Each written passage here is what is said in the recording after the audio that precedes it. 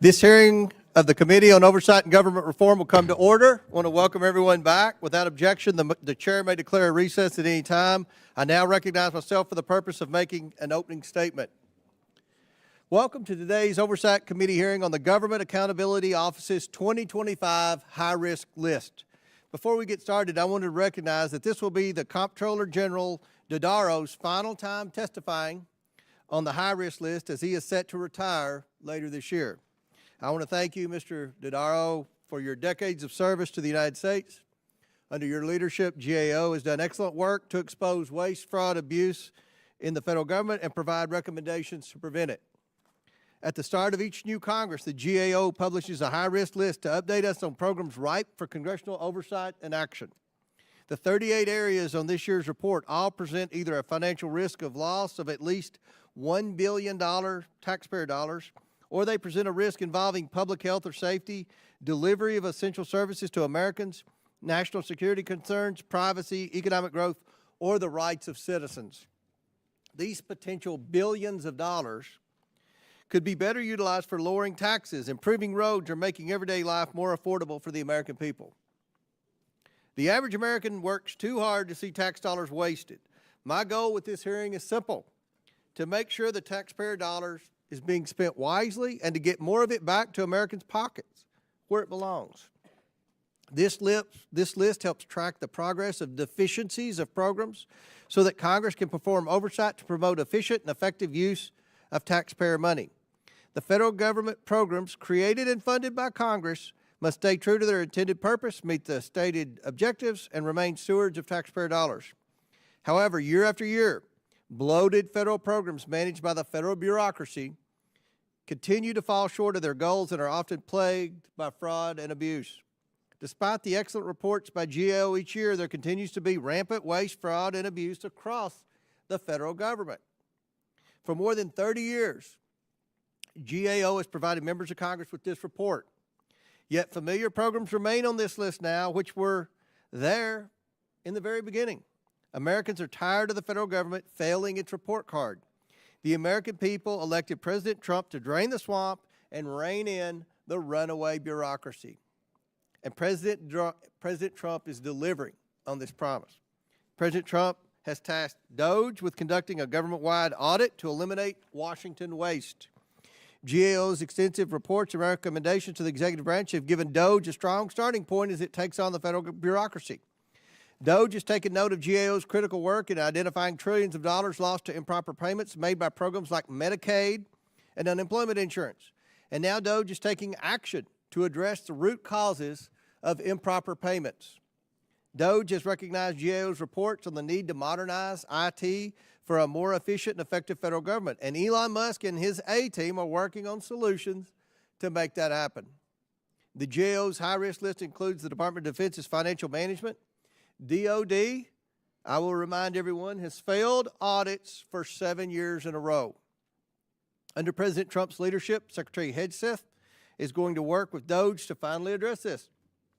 Now more than ever, GAO's work tells us that we need more data, more tracking of funds, more oversight, and yes, more efficiency to know exactly where taxpayer dollars are going. We are excited to work with the Trump administration to continue our mission of cutting out waste, fraud, and abuse. I look forward to hearing from Comptroller General Dodaro on the good work GAO is doing and how this committee and the Trump administration could protect the American people's money from being wasted by their government. Americans want more than another report telling them about all the problems in Washington. They want action to right the ship, and that is just what President Trump, DOJ, and the Republicans in Congress are doing for the American people.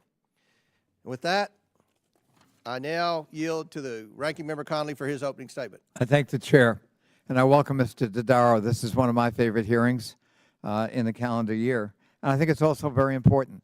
If you really want to get at waste, fraud, and abuse, and you want to achieve efficiency, which is the ability to maximize good outcomes while minimizing waste, wasted time, wasted energy, wasted money, the high-risk list of GAO is a great place to start. In fact, when this committee has paid attention to that list, we have effectuated serious savings. I'll give the example. In information technology modernization, which I focused on in the 16 years I've been in this committee, We have saved, according to GAO, $31 billion. So when we talk about efficiency and trying to achieve results for the American people, you don't do it by taking a wrecking ball to the entire structure and hope you get the bad with the good. You, in fact, take out a scalpel and you cut out the excess, you cut out the waste, and you do it in a thoughtful and reflective manner. Unlike what the chairman has just said, I don't believe President Trump and Elon Musk have in fact done that at all. They have done mass firings, mass resignations, and attempted resignations. To fire everyone in a probationary status is not to pick the good from the bad. It is, in fact, to treat everyone as the same and hope for the best. And our seed corn is being lost. We need to have talent for the future. The approach of DOGE so far, and Elon Musk in particular, actually is injurious to the future course of skill sets needed in the federal government. We need higher skill sets. We have to replace a number of workers in the federal government who are going to retire and are eligible for retirement.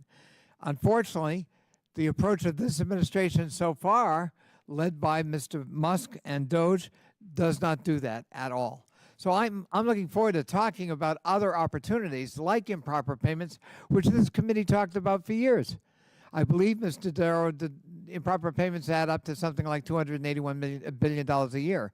You know, if we multiply that times 10, that's almost $3 trillion we could reduce the debt by if we got serious about dealing with improper payments. When we look at revenue owed to the federal government, owed to IRS, but not collected because of IRS's inability to audit and collect, that number is anywhere from $0.5 trillion to $1 trillion a year. The last Trump commissioner of the IRS said it was $1 trillion a year. Well, if we took that high number and multiplied it by tens, that's $10 trillion. You know, that's a third of the national debt almost. So there are things we can do. Another one is legacy systems, which again GAO has talked about. They've highlighted the top 10 candidates for retirement in legacy systems of IT, which would save over $331 million a year. The oldest legacy system I believe you've identified, Mr. Dodaro, is 51 years old. So we can do productive things. We can find common ground, Democrats and Republicans. But we on this side of the aisle are never going to support a mindless wrecking ball approach to, quote, achieving efficiency in the federal government. That's not how to do it. It will wreak harm on the American people. It will damage our form of government, and it's not something that will ever merit our support. I yield back. Ranking member yields back. I'm pleased to welcome today's witness, Comptroller General Gene Dodaro, who brings more than 50 years of experience at the U.S. Government Accountability Office and has served as head of the legislative branch agency since 2010. The Comptroller General is serving the final year of his 15-year term. Mr. Dodaro has testified before Congress 220 times on GAO's recommendations to improve the performance and operations of the federal government, leading to work that has led to over $1 trillion in financial benefits to the American taxpayer during his tenure. Comptroller General Dodaro was influential in developing the concept and content of the high-risk list, which over the last 15 years has averaged financial benefits of about $40 billion per year. Thank you for joining us. I look forward to our discussion this afternoon. Pursuant to Committee Rule 9G, the witness and his staff will please stand and raise their right hand. Do you solemnly swear or affirm that the testimony you are about to give is the truth, the whole truth, and nothing but the truth, so help you God? Let the record show that the witnesses answered the affirmative. Thank you, and you all may take a seat. We appreciate you being here today and look forward to your testimony. And I want to remind the members of the committee that when the Comptroller General testifies, he has his staff with him, and sometimes he'll yield to his staff to answer certain questions, so that's why they were all sworn in.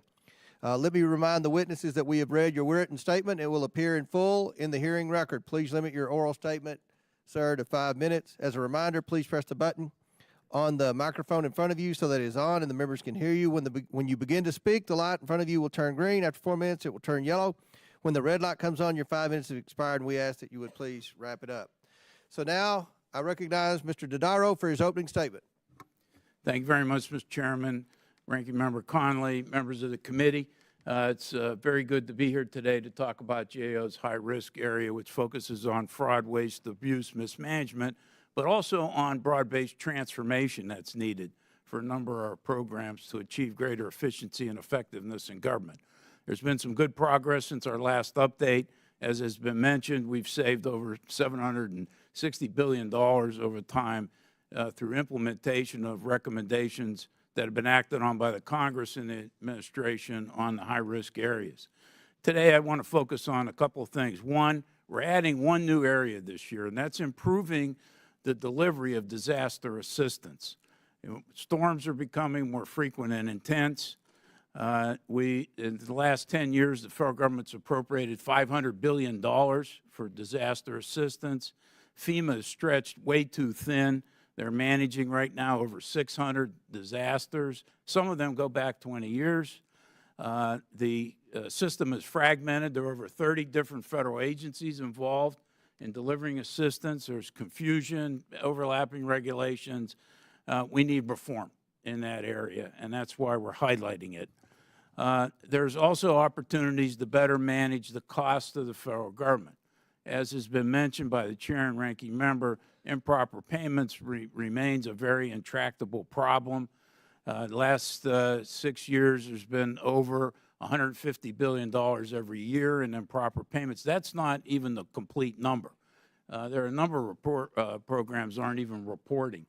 There's $600 billion net tax gap between the amount the taxes owed and taxes collected by the IRS. Voluntary compliance is hovering around 82, 85%. We can do better in that area to make sure the government's getting its fair share of revenue. There are many major acquisitions across the government, including DoD weapon systems. They're on a high list. The Department of Energy contracting for nuclear development and cleanup of our weapons complex. These contracts are consistently overrun, over budget, and delays occur and don't deliver on the promises. Information technology remains a government-wide problem. It's designated a government-wide list, acquisitions and operations. The government spends over $100 billion a year. Most of that goes to maintain existing legacy systems and not to new technology. So the government's not harnessing the power.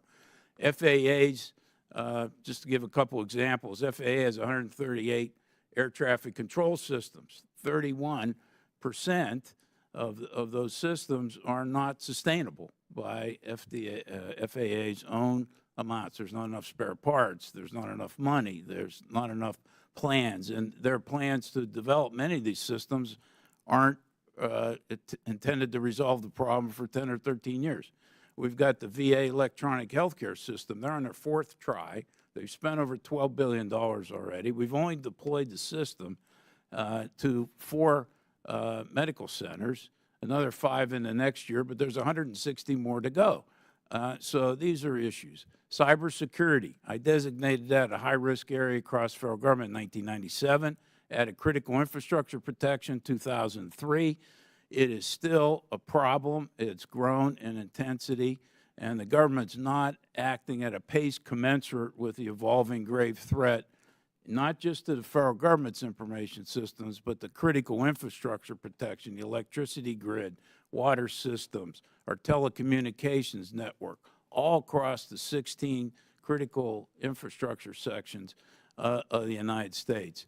There are many other areas on the list that deal with public health and safety, oversight of medical products. We've got drug shortages. We've got not enough inspections of drug manufacturers, food safety. The Bureau of Prisons is in significant disrepair and understaffed. And I can go into many of these areas during the discussion.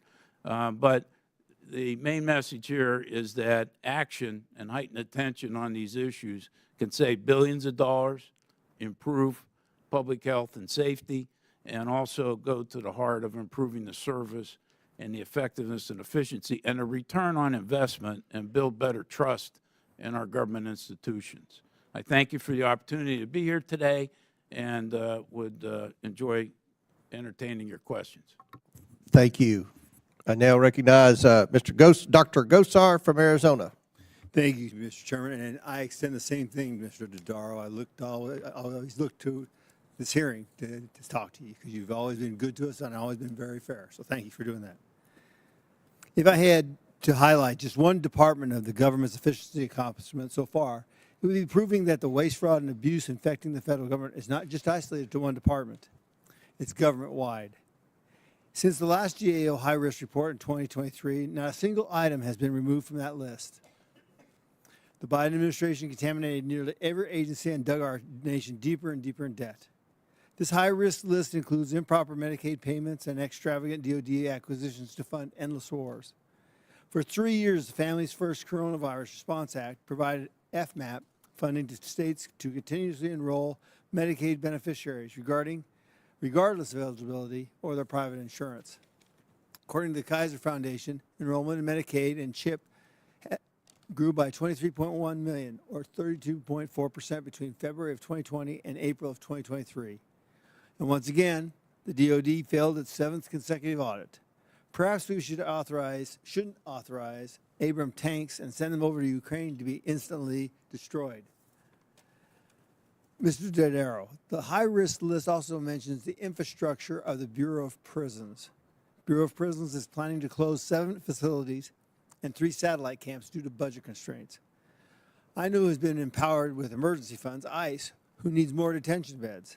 My question for you would, allowing ICE to use these BOP facilities as detention centers help generate additional revenue and expand the use of excess federal property, perhaps even improve the infrastructure? We haven't taken a look at that issue yet. I understand what your concerns are.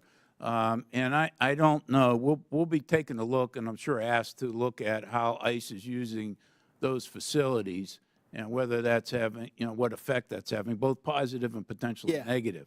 And we'll have to see. But I'm deeply concerned about the state of the prisons. They're very understaffed, and there's excessive use of overtime, and that can lead to both safety concerns for their staff as well as incarcerated individuals. They're also, despite the First Step Act, they haven't really focused on evaluating programs that are intended to help people transition back into society and not prevent recidivism, from occurring and them ending back in prison shortly after their release. So I don't know to what extent ICE using the facilities will complicate or potentially have other effects on that area. But we'll look at it. And to follow up on that is if you regard this as a transfer, could you tell us actually how you would transfer that property to? Yeah, I'm not sure. I'd have to look at the ownership of who owns the prisons. Now, the report also flags that the FDA must do a better job to protect public health and improve its oversight of temporary use or, quote, unapproved medical products like drugs, vaccines during emergencies. Question for you. In your investigation of this lack of FDA oversight, did you uncover why the FDA approved the emergency use of the experimental COVID shot, but not ivermectin for the treatment of COVID? Let me ask Justy. Let me call our expert up in that area. This is Jess Farb, Ms. Jess Farb, who's Managing Director of our healthcare work. Thanks, Jess. Congressman, we haven't looked into the use of EUAs for ivermectin or vaccines at this point. We haven't been asked to do that yet by Congress. Well, one of the things we're going to have to really look at is approve FDA because there's trouble all the way around, and I think both sides can agree on that one. The report recommends the collection of tax payments for oil and gas leases to help improve, quote, improve the government's fiscal position. Would you agree that funds generated from the taxes on oil and gas leases on federal lands would help reduce the deficit? Yes. So let's approve some more oil and gas leases? Pardon me? No. Our finding is that it's already being produced. Okay. And the government's not collecting. There's no assurance it's collecting the amount that's already due. I'm not suggesting they, produce more, but for what's being produced, royalty payments are due to the government. The Interior Department systems are in kind of disarray, and it's not clear that they're collecting the revenue that's due to the government. Thank you, Mr. Dodaro. I'll yield back. Chair recognizes ranking member for 5 minutes. Thank you. Mr. Dodaro, welcome back. You've been doing high-risk reports to this committee for a long time. And on the high-risk list this year, there are how many items again? There are 38 items. 38. And how many has Congress taken action on? There's quite a few. I mean, we took off last. Well, quite a few is a little general. Well, I can add 19? before. 20? I would say probably 20 is a fair statement. 20. 20. Over time. So Congress hasn't ignored the high-risk list, No. but there are some perennial favorites that keep on coming back for one reason or another, are there not? That's correct. And what would be a couple of examples of that? Well, there's some charter members that have been on since 1990. Can I ask you to speak close to the Yeah, microphone? sure. There's some charter members that have been on since 1990. Medicare, for example, the DOD weapon systems has been on the list since 1990. Medicaid joined in 2003 along with real property across the federal government. As I mentioned earlier, put cybersecurity on in 1997. So those are some of the ones that were early additions to the list. And there have been, I want to be clear, there have been improvements in some of those areas, but they're not to the point where risk is being managed properly and we're still have opportunities to do better. Right. If we adopted all of the recommendations GAO put forward on the high-risk list, any idea what the savings could be to the United States taxpayer? Upwards of over 200 billion. 200 billion a year Uh, or total? total, but some of them would continue on Right. time, you know. Okay. And that's a very conservative estimate. I think it could be more, much more. Well, just for example, the savings from IT modernization, which has been on your high-risk list, is 31 billion. So yeah, and by the way, it's a gift that keeps on giving. That's correct. If we focus on real efficiency. Are you familiar with the Taxpayer Funds Oversight and Accountability Act, previously known as the CFO Vision Act? Yes.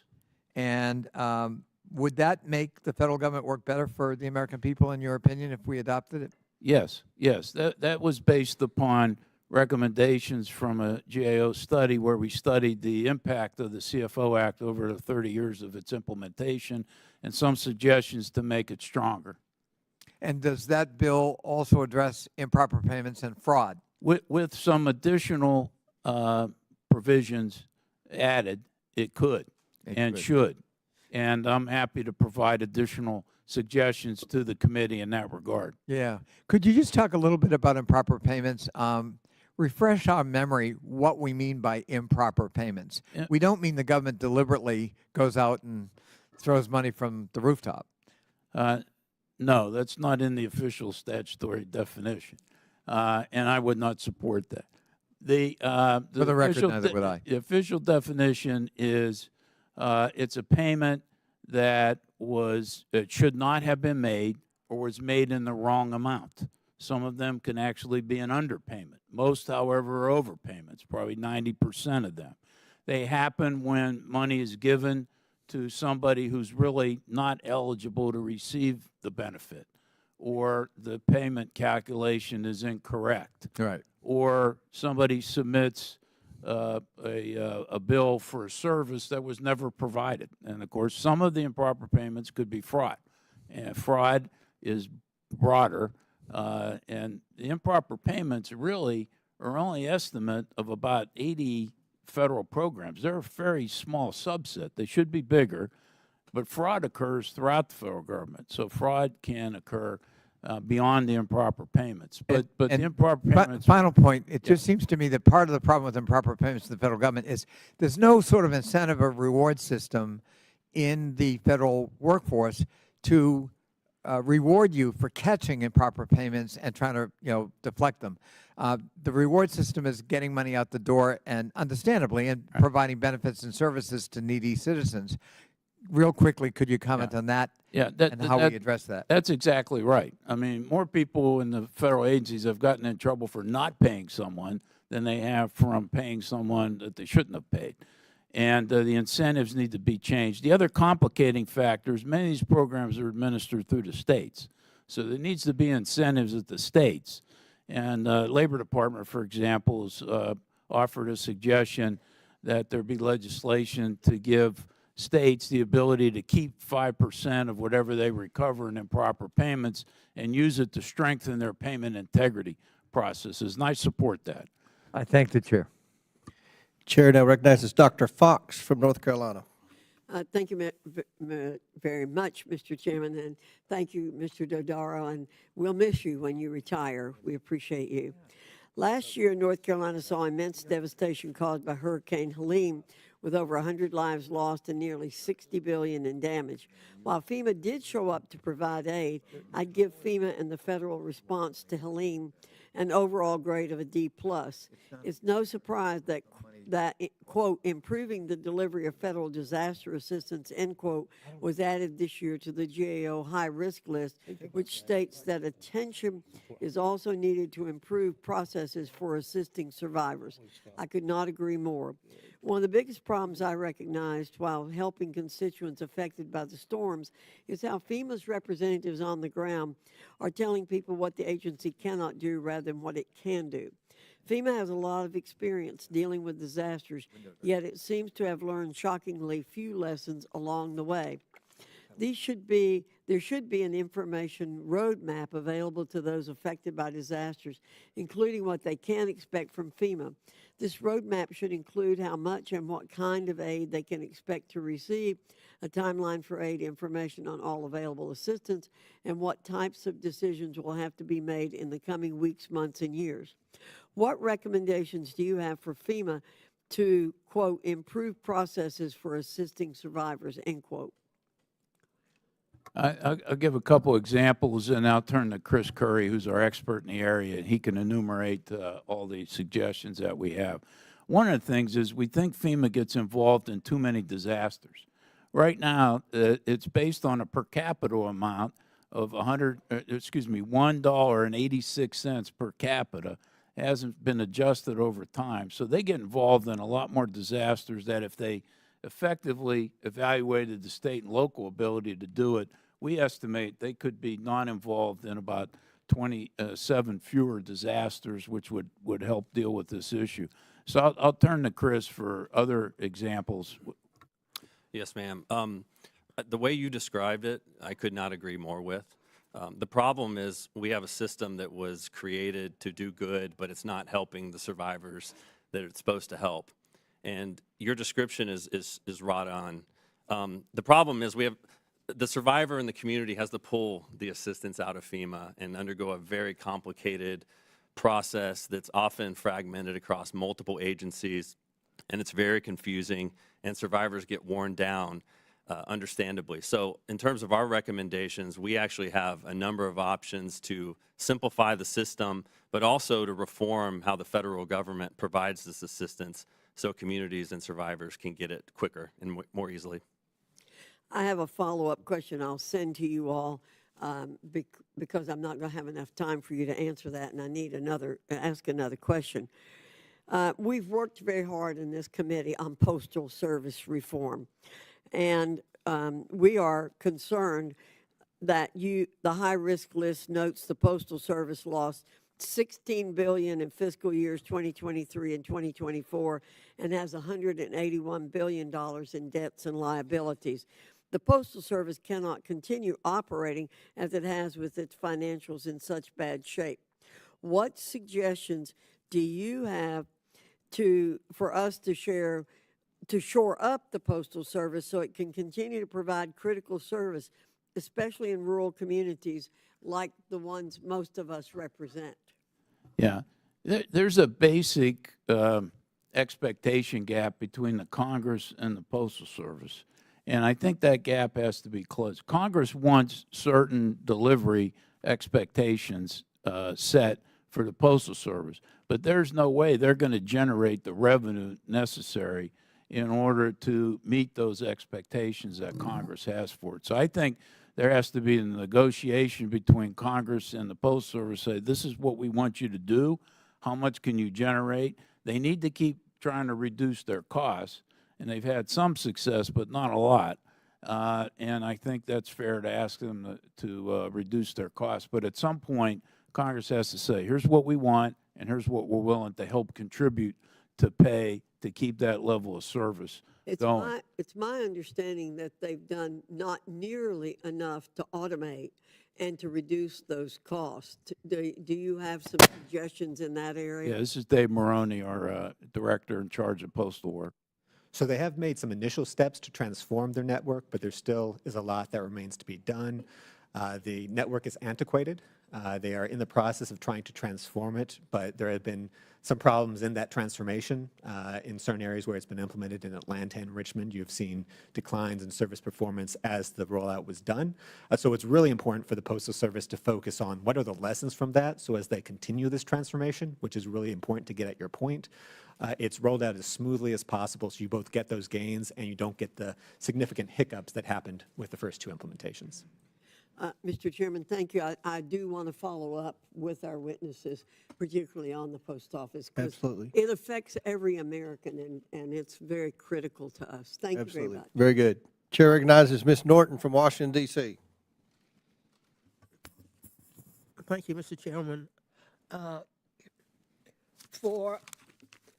For this year's high-risk update, the Government Accountability Office found that inadequate staffing and skills gaps contributed to more than half of the nation's highest risk challenges. Mr. Dodaro, why are federal workers such an important part of the equation in tackling high-risk areas? Having the right numbers of staff with the right skills is very essential. Let's take VA. Healthcare is on the high risk for timely, not providing timely and quality health care.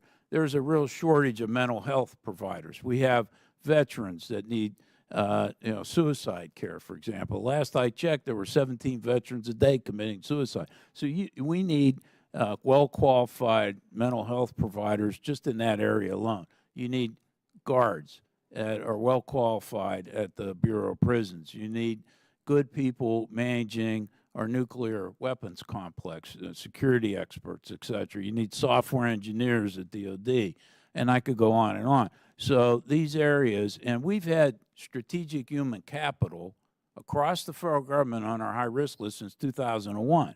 I've been very concerned about the federal workforce doesn't have the proper skills that are needed to address many of these important areas that are providing critical services to the American people and at the heart of providing public safety.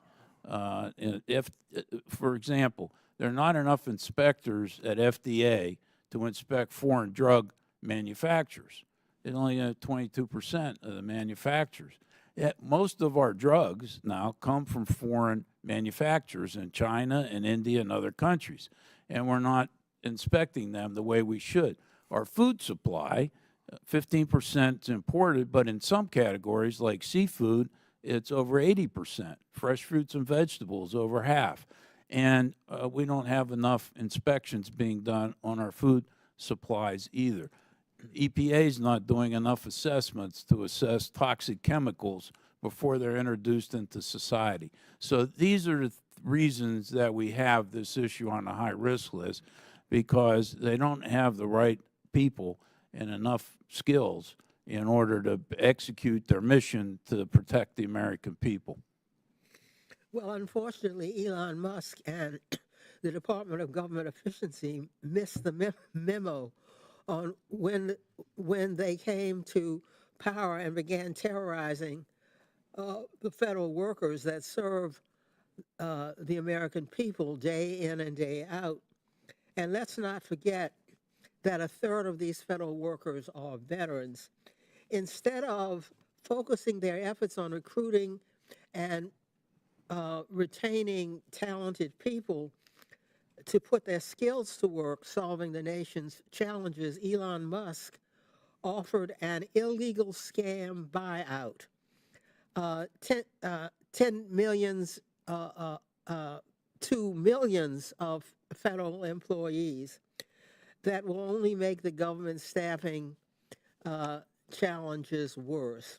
And last Saturday, he was at it again, threatening on social media that all federal workers would lose their jobs if they failed to reply to an email and report what they did last week. Mr. Dodaro, is it a best management practice to throw around indiscriminate threats of mass firings, regardless of job duties and mission needs? Yeah, I would not consider it a best practice. But I do think, I've spent most of my career, decades, butting heads with the bureaucracies across the government. There's a need for change, but how you do it matters. And going about it in the way that's being done now can cause some short-term problems for the government because it can create other vulnerabilities, unintended vulnerabilities. The way I've suggested in the past that this be done is the government figure out what functions it does not want to do anymore. Then you can deal with the people in those functions or ones that don't have the skills that you need anymore.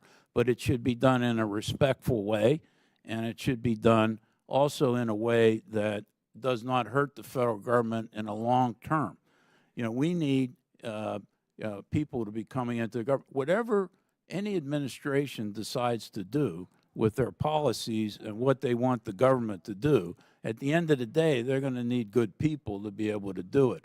And not enough younger people have been coming into the government with the kind of skills that are needed going forward. So you have to be careful that you don't disincentivize people to want to give public service because public service is important to implementing any policy initiative by any administration, no matter what the policy is. I'm agnostic on the policy. That's for elected officials.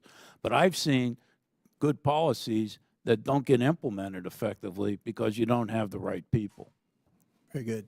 Gentlelady's time's expired. Chair recognizes Mr. Higgins from Louisiana. Thank you, Mr.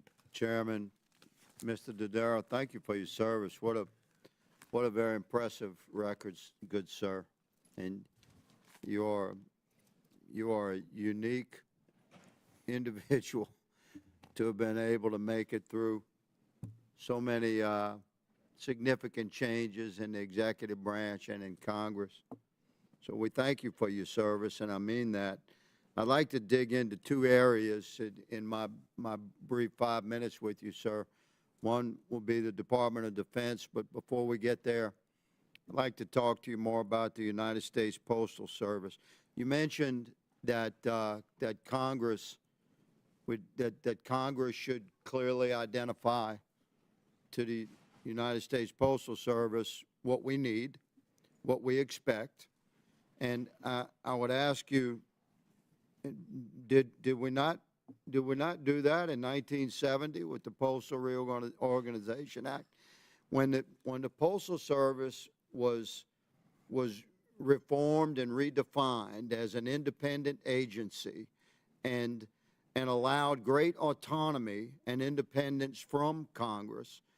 They were essentially, and I'm simplifying here, and I ask you to correct me if I'm wrong, good sir, but essentially the post office was given great autonomy and the ability to run itself, set its own fees and the price of stamps, and establish its own financial conduct within the Postal Service. It was essentially set up as a government-owned corporation. And part of that deal, the 1970 law, required performance to deliver for the American people and a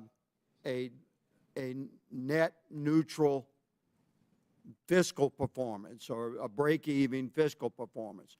So I would say that the United States Postal Service has failed to comply with existing law, but perhaps I'm oversimplifying that, and I yield to the gentleman. Would you please respond? Yes, sure, absolutely. Fundamentally, structurally, your description is sound, and it was intended for the Postal Service to operate like a private entity, all right?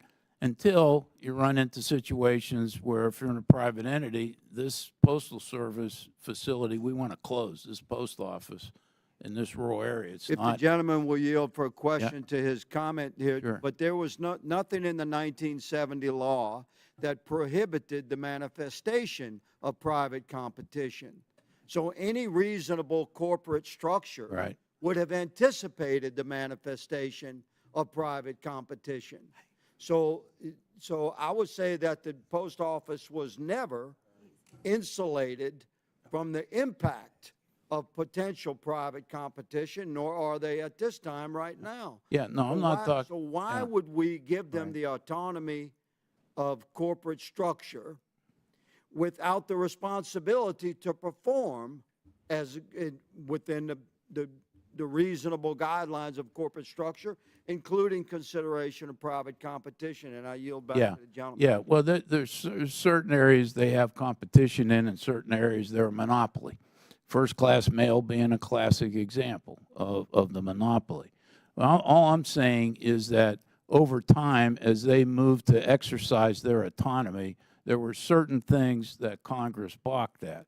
Closing of postal facilities was one.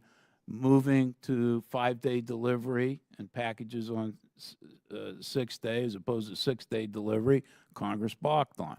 And so that's the type of thing I think we need to negotiate around those particular things that a private sector entity would do, but there's not an appetite for the type of changes that would occur. I'll ask my expert Would you add on. concur? And it'd be my final point, and then please answer. Like, how would you assess the USPS performance regarding their mandate by law to break even? For decades, they have failed.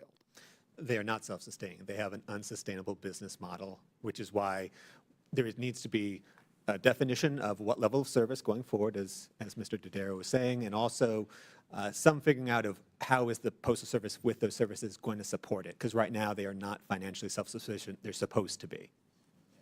First-class mail is not coming back. I mean, that's their most profitable area is first-class mail. It's not coming back due to email and other, electronic changes, and they haven't been able to cut costs fast enough to meet these services, and so they're absent some additional compromise between Congress on delivery and perhaps some contribution to them or a different model for what they have. Right now, the model just is not going to work, and eventually what's going to happen is that in 5 years or so, their money that they have to pay post-retirement health care benefits is going to run out. It's unsustainable.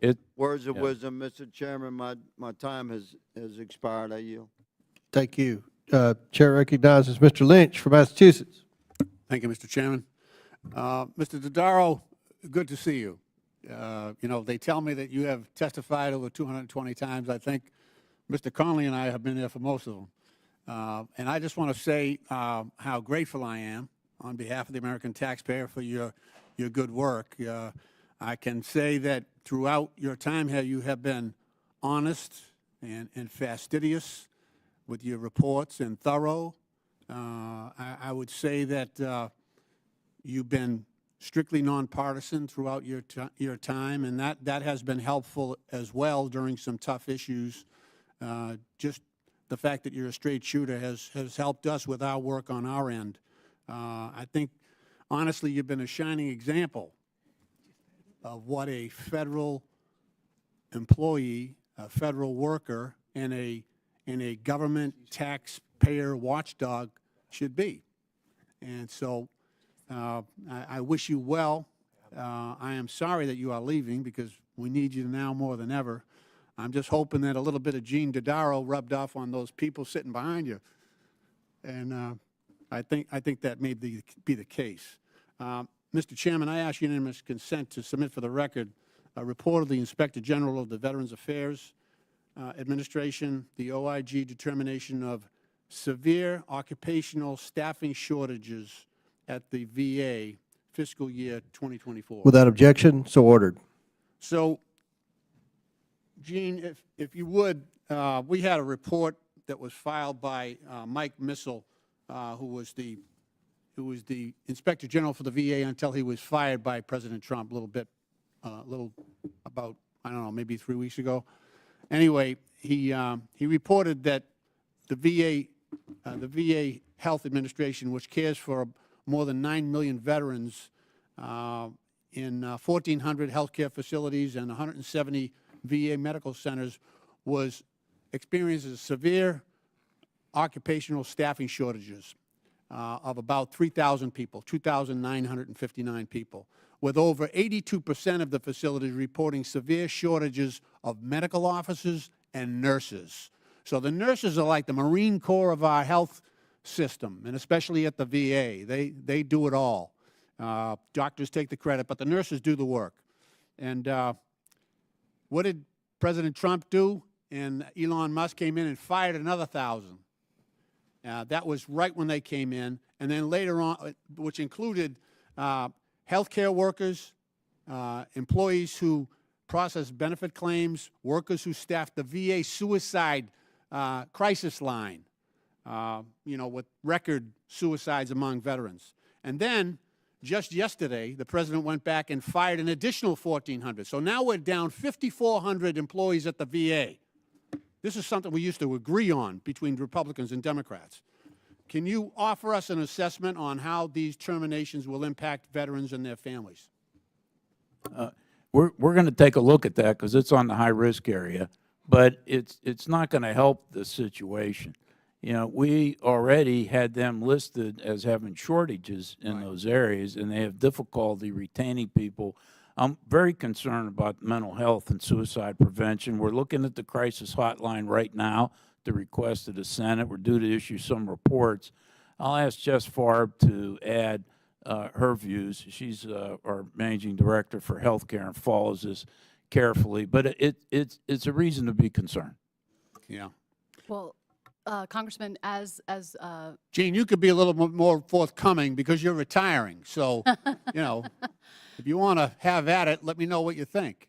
But ma'am, go ahead. Sure. I'm sorry. So I would say apologize. that it's obviously VA has struggled with just making sure that veterans get timely access to health care. And so not having the right number of people with the right skill sets and the right ability to treat veterans is going to affect what's already been a longstanding issue at the VA in terms of timeliness of care. As we've reported in the past about how long veterans have waited. So the people that schedule the appointments are very essential to making sure that veterans are able to get care both in the VA facilities and in the community. Yeah. The other thing that worries me is right now I asked the VA how much of a backlog do you have on claims, cases coming, veterans coming in, especially with the PAC Act. Actually, what's the backlog of cases at the VA? Because it's taken forever for people to get appointments, and they told me they had a backlog today of 250,000 cases at the VA. They just laid off an additional 2,400 people. So, I mean, can you surmise what the impact that's going to create? Well, it's going to create make an already bad situation likely worse. One of the times VA handling of disability issues is also on the high-risk list. We've had it on the high-risk list for a long time. And there was a point in time, I don't know, I hope it's a little better now, but where if you went for an appeal, it'd take you up to 7 years to get your appeal resolved. Exactly. People would die before they would get a decision on their disability claim area. And the PACT Act did increase their workload. Now, I haven't looked specifically at what's happened, but we will as part of our work. But I know the situation was not good to begin with. All right. Thank you, Madam Chair, for your indulgence, and thank you, And generosity. Mr. Darrow. Generosity. Yeah, Yep. and indulgence. Okay, thank you. I'll now recognize myself for 5 minutes. Thank you, Comptroller General Dorado, for being with us today. And I apologize for you having to bear witness to the tantrums that unfolded in this committee earlier today. The Oversight Committee has convened today to discuss something throwing the left into a tailspin, spending more time protesting and disrupting official proceedings than legislating, all because we're talking about cutting waste, fraud, and abuse and government mismanagement. For decades, this wasn't a partisan issue.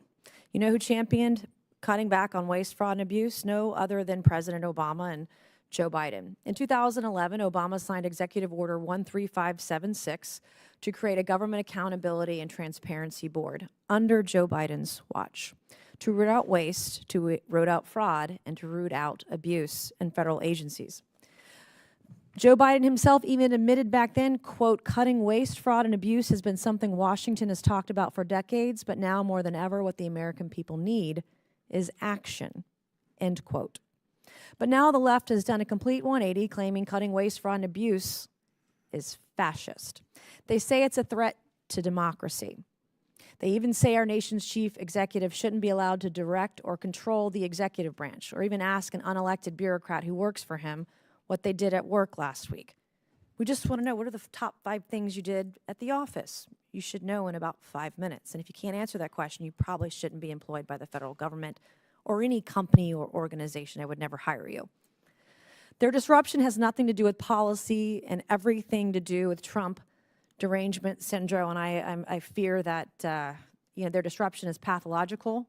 It's about their need to oppose anything tied to President Trump. They'd rather protect bloated bureaucracy and light our tax dollars on fire than admit he was right. So I'll repeat, they have Trump derangement syndrome, and I fear this is terminal. Now, turning to an issue of great importance to me as chairwoman of the Cybersecurity, Information Technology, and Government Innovation Subcommittee, Mr. Dodaro, the 2025 high-risk list highlights serious failures in federal cybersecurity and technology modernization, as you are, I'm sure, fully aware. Federal agencies spend billions of dollars a year on software without a comprehensive or detailed understanding of what they're purchasing and how it compares to what they're already paying for. In other words, a lot of duplication. GAO has reported without improvements to IT portfolio and investment reviews, saying the federal government will likely continue to expand resources and IT investments that do not meet the needs of the government or the public. What steps should agencies take right now to actually understand the software they're buying instead of just throwing taxpayer dollars at it, hoping for the best? What's your advice? Yeah, I'm going to turn to Carol Harris, who's our Director in Information Technology, and she can enumerate for you. Terrific. Thank you for the question. So a number of things that can be done. First of all, with regard to IT management, I mean, we have a major issue where we have $100 billion annually going to the IT budget across the federal government. 80% of that money is going towards sustaining old systems. So we have to tackle the legacy How old are some of issues. these systems? Some of these systems range, up to even like 50 years old. So they're old and they need to be. These are the legacy systems, These are right? On correct. very These old are the legacy technology. systems. What kind of that's right. technology were they coded with? With COBOL, for example, and other antiquated computer languages. And that's part of the issue where now for these particular systems, the government is having a difficult time finding staff and knowledgeable people to actually work on these programs because these computer languages are out of date. After I taught myself HTML in college, because there weren't college classes on how to code HTML, and I considered it a real programming language, some people may not, but I learned COBOL when I was back in 1999. I worked on Y2K stuff, and I mean, that was almost 26 years ago, 27 years ago when I did that. And the fact that we're still using it decades later. Real quickly, I only have 45 seconds left. What are some of the security and operational risks resulting from the last administration's failure to review and manage federal government IT? Well, when you take a look at those legacy systems, for example, because we're continuing to manage them, there are cybersecurity vulnerabilities associated with those, as well as the staffing challenges, as well as, just increased costs associated with maintaining these. So the security vulnerabilities in maintaining these old systems are very real, and we have to address them. And we've made multiple recommendations. We have 700 recommendations that are still open that need to be addressed immediately. And thank you both for your time today. I will yield back. I will now recognize Mr. Khanna for 5 minutes. Thank you, Madam Chair. First, I wanted to comment on the earlier debate where Representative Grothman and Representative Green said that some of these cuts that Musk and Doge are making are good and making our country more efficient. And our side said, no, there are federal workers who are being fired without cause, and they aren't the poor performers that they are. And I guess my question for the chair, and I know Chair Comer isn't here is, why not have Elon Musk come before this committee and make the case? I mean, why not have Representative Green ask him to explain why she thinks the situation is good and have the confidence to explain that to the American public? And we can ask him questions about where we think that he has violated the law. But I do not understand what the reluctance is to have Mr. Musk come here. If you're so confident on your side that what he's doing is in the interest of the American people, why not have speech and have him here? And I hope that the chair will consider that request. Mr. Dodaro, I have great respect for you, and I have great respect for your service. But with due respect, this is not a time for caution in speaking out. Your predecessor, Elmer Statz, took Gerald Ford to court because Ford was not willing to comply with the Impoundment Act. This was not a decision that she made, that Statz made, but lawyers, Statz spoke out. And I want to ask you whether what you think the President is doing in pausing these payments automatically is a violation of the Impoundment Act. Yeah, we are looking at that issue. We've already sent letters to the administration asking them to explain their legal position to us, and we will be making rulings as to whether or not these issues violated the Impoundment Control Act or not. When will you be making that? As soon as we can get the information from the administration. We're following the court cases as well, so we're evaluating the court filings What there. if they refuse to give you the information?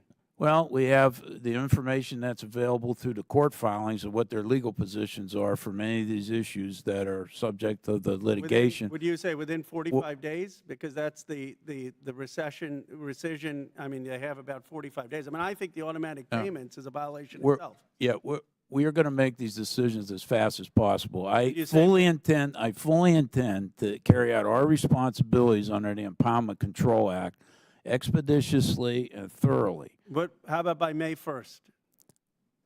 I'll check with my attorneys, is what the people always say. Let But me ask- I'll but check. what I'll let you know. But yeah, do I'm going to do it as quickly as we can. But we need to be careful and thorough, because the next step for us is to go to court ourselves. I mean, under the Impoundment Control Act, if we say there's an impoundment, the money's not released within a certain period of time, we have to go to court. And are you prepared to do that? Yes. Yes. But I need to be prepared and be careful. And because when I go there, I want to win. All right? So we're going to do this as fast and as thoroughly as we can. We have a good track record on this area. I have a good group of attorneys, and we're going to do a thorough job.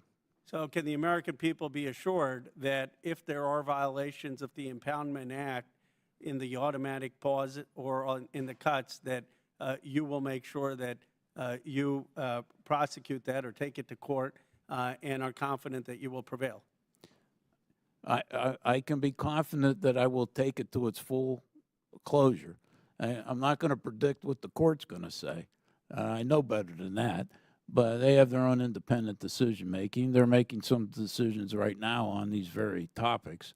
And but I know, and I'm confident I can give the American people assurance we will carry out our responsibilities. But to all the constituents who are saying we're not doing enough, these things are getting paused, there are cuts that are happening, you can assure them that you are moving as expeditiously and taking this as seriously, that this is your top priority in making sure that you're going to uphold the Impoundment Act and take aggressive action if it's violated. Yeah, absolutely. Absolutely. I've been talking about this as soon as things started to unfold.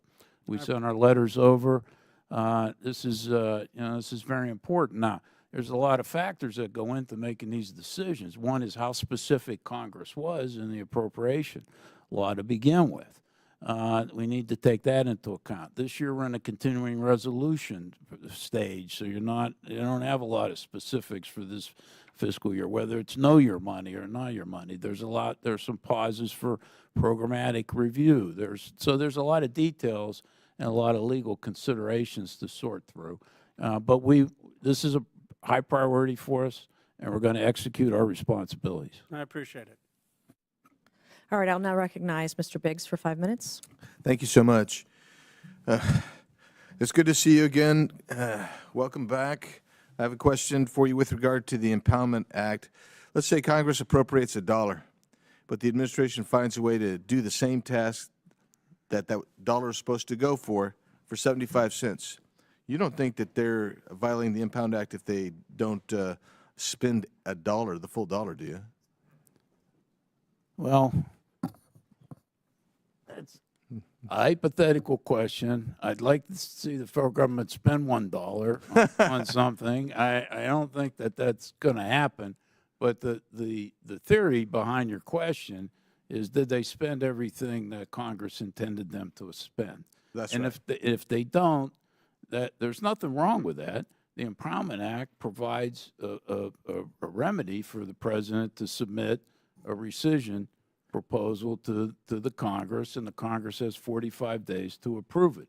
If they don't, then Right, they but agree. the process can be cumbersome. Is the point? You Well, kind of diminish there's- the efficiency by doing the rescission act. But I don't want to take all the time from Yeah, that. but it's there's a process.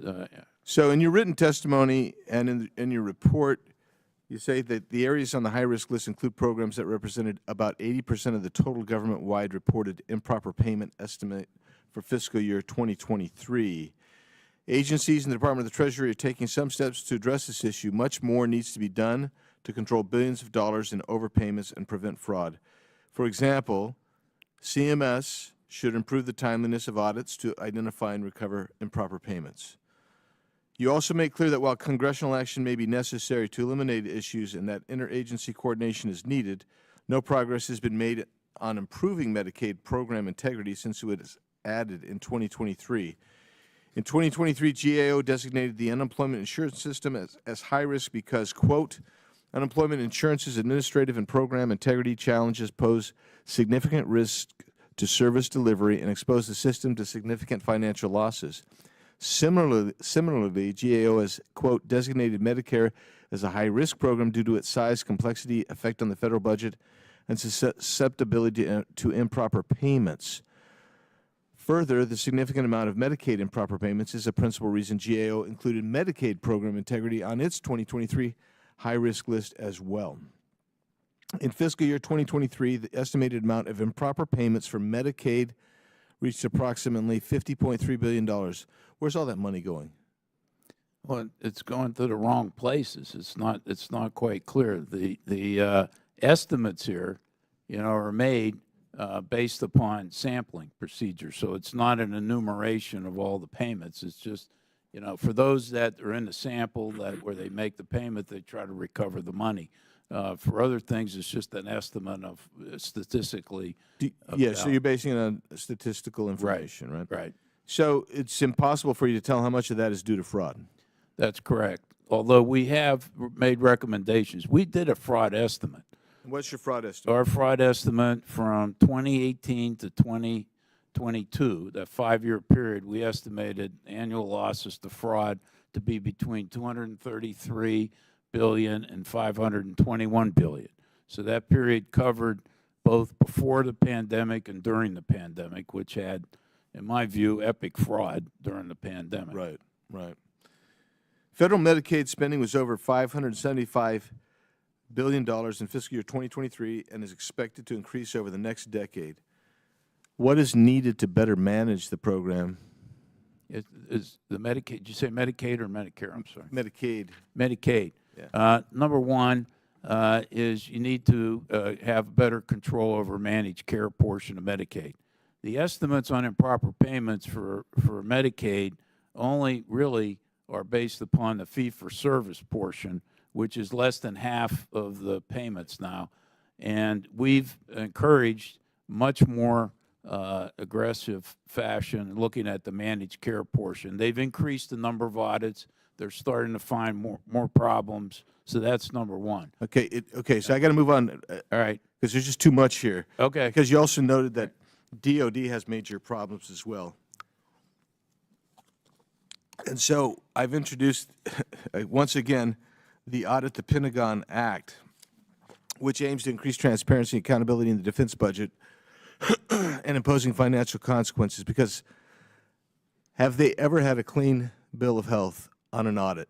Not for the overall department. There are some components, and I'm very pleased, the last 2 years, the Marine Corps has got an unmodified clean opinion. The other services, not so much yet. Now, I noted that Secretary Hegseth has made this a priority.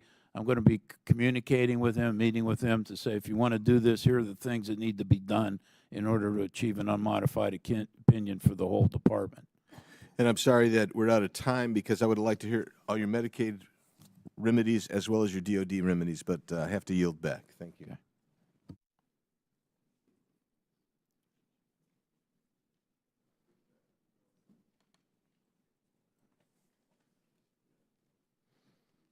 Okay. I'll now recognize Ms. Stansberry for 5 minutes. Thank you, Madam Chair. Mr. Dodaro, thank you so much for being here today, and also congratulations on your soon-to-be retirement, and thank you for your service to our country. I want to just take a couple of minutes to talk about what this hearing actually is, which is to talk about the high-risk list. I'm a former OMBer, and we use GAO's reports at OMB to actually implement change across the federal government. And so I'm very acquainted with all of the work of your staff. Thank you for everything that you do. So I want to just clarify for folks who are watching at home, the Government Accountability Office is a nonpartisan government agency. It's part of Congress. It's part of the legislative branch.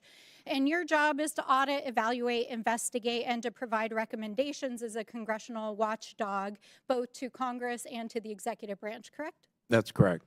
And what you do every year as part of your work is produce this high-risk list. And this year, the one you're presenting to us today includes 38 areas that you've identified that, as you just said in your testimony, would save money, help ensure the health and safety of the American public, and help to build trust in our federal agencies. And I want to briefly talk about some of the things that appear on this list. In fact, as you mentioned in your testimony, the first thing on here is the improvement of delivery of federal disaster assistance. That's FEMA. Second is improvements in surface transportation. We've got HHS and Public Health Services, Department of the Bureau of Prison improvements.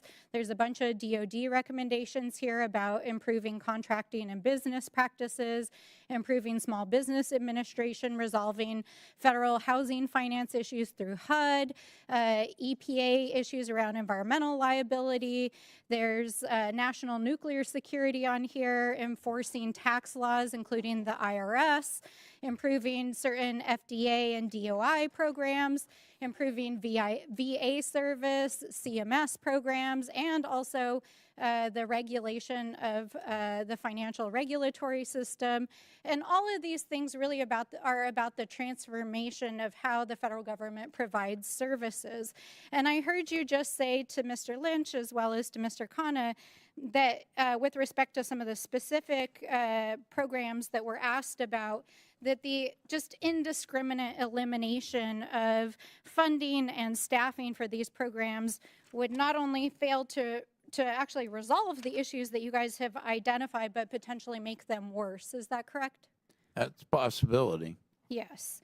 So, obviously there's been a lot of conversation today in this committee about the actions that are being taken pursuant to DOGE by Elon Musk, and this indiscriminate funding freezes that is happening, the dismantling of these programs, the hacking of federal data, and the mass firings. And we know that there's more that are planned for this week.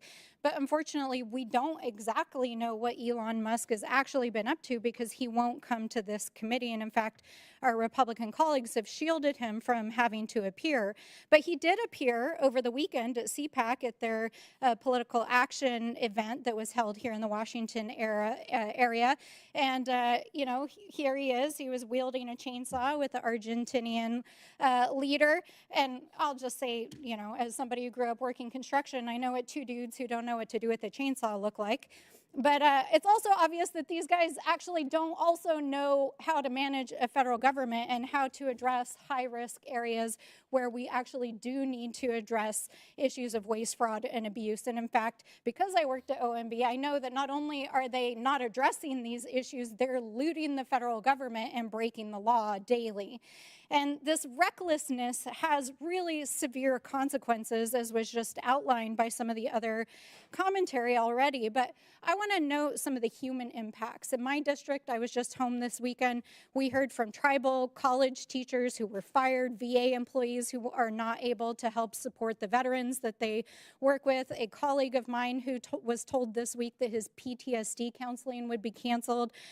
Tribal justice programs that pay for cops had their funding frozen.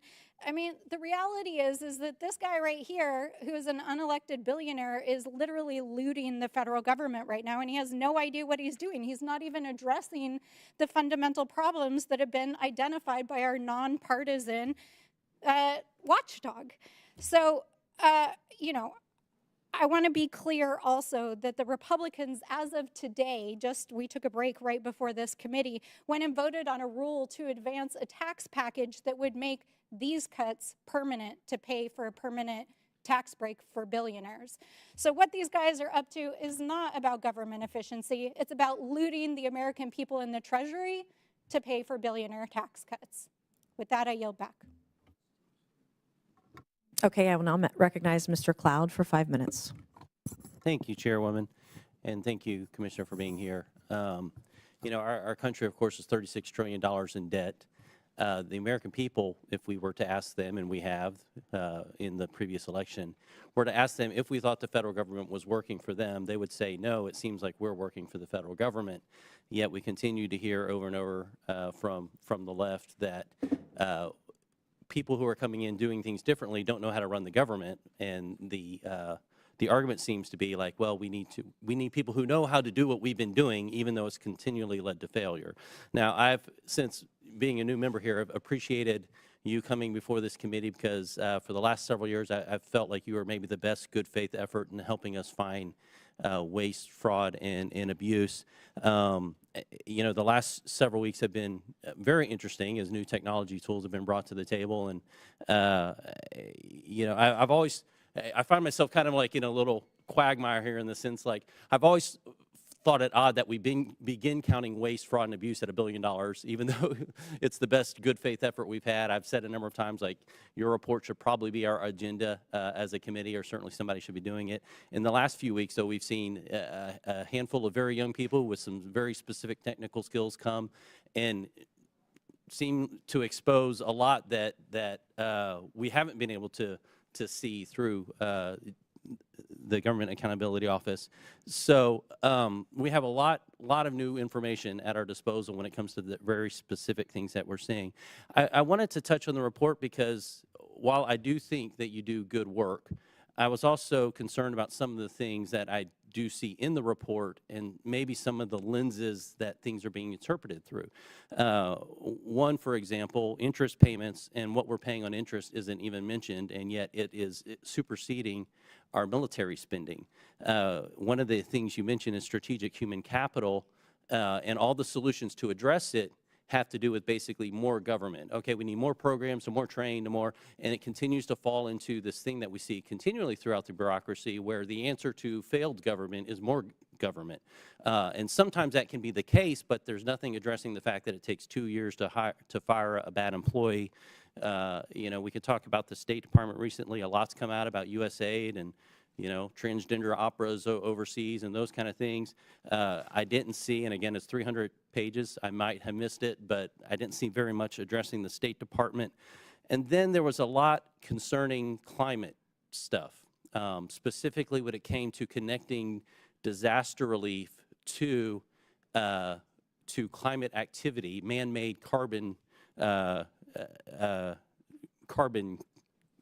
creation. And that, at best, connecting that to hurricanes is at best debatable science right now, yet the report acts as if it is established, long-held science, and makes a number of recommendations for that. On the other hand, it says that we need to look at oil and gas revenues, and you actually mentioned it earlier that, you know, maybe we need to more, but we're talking about $15 billion there, and maybe, maybe there's 10% we're not getting, so we're talking, you know, $1 to $5 billion, but yet on the EV mandates, we lost $7.5 billion that's not addressed in the report as well.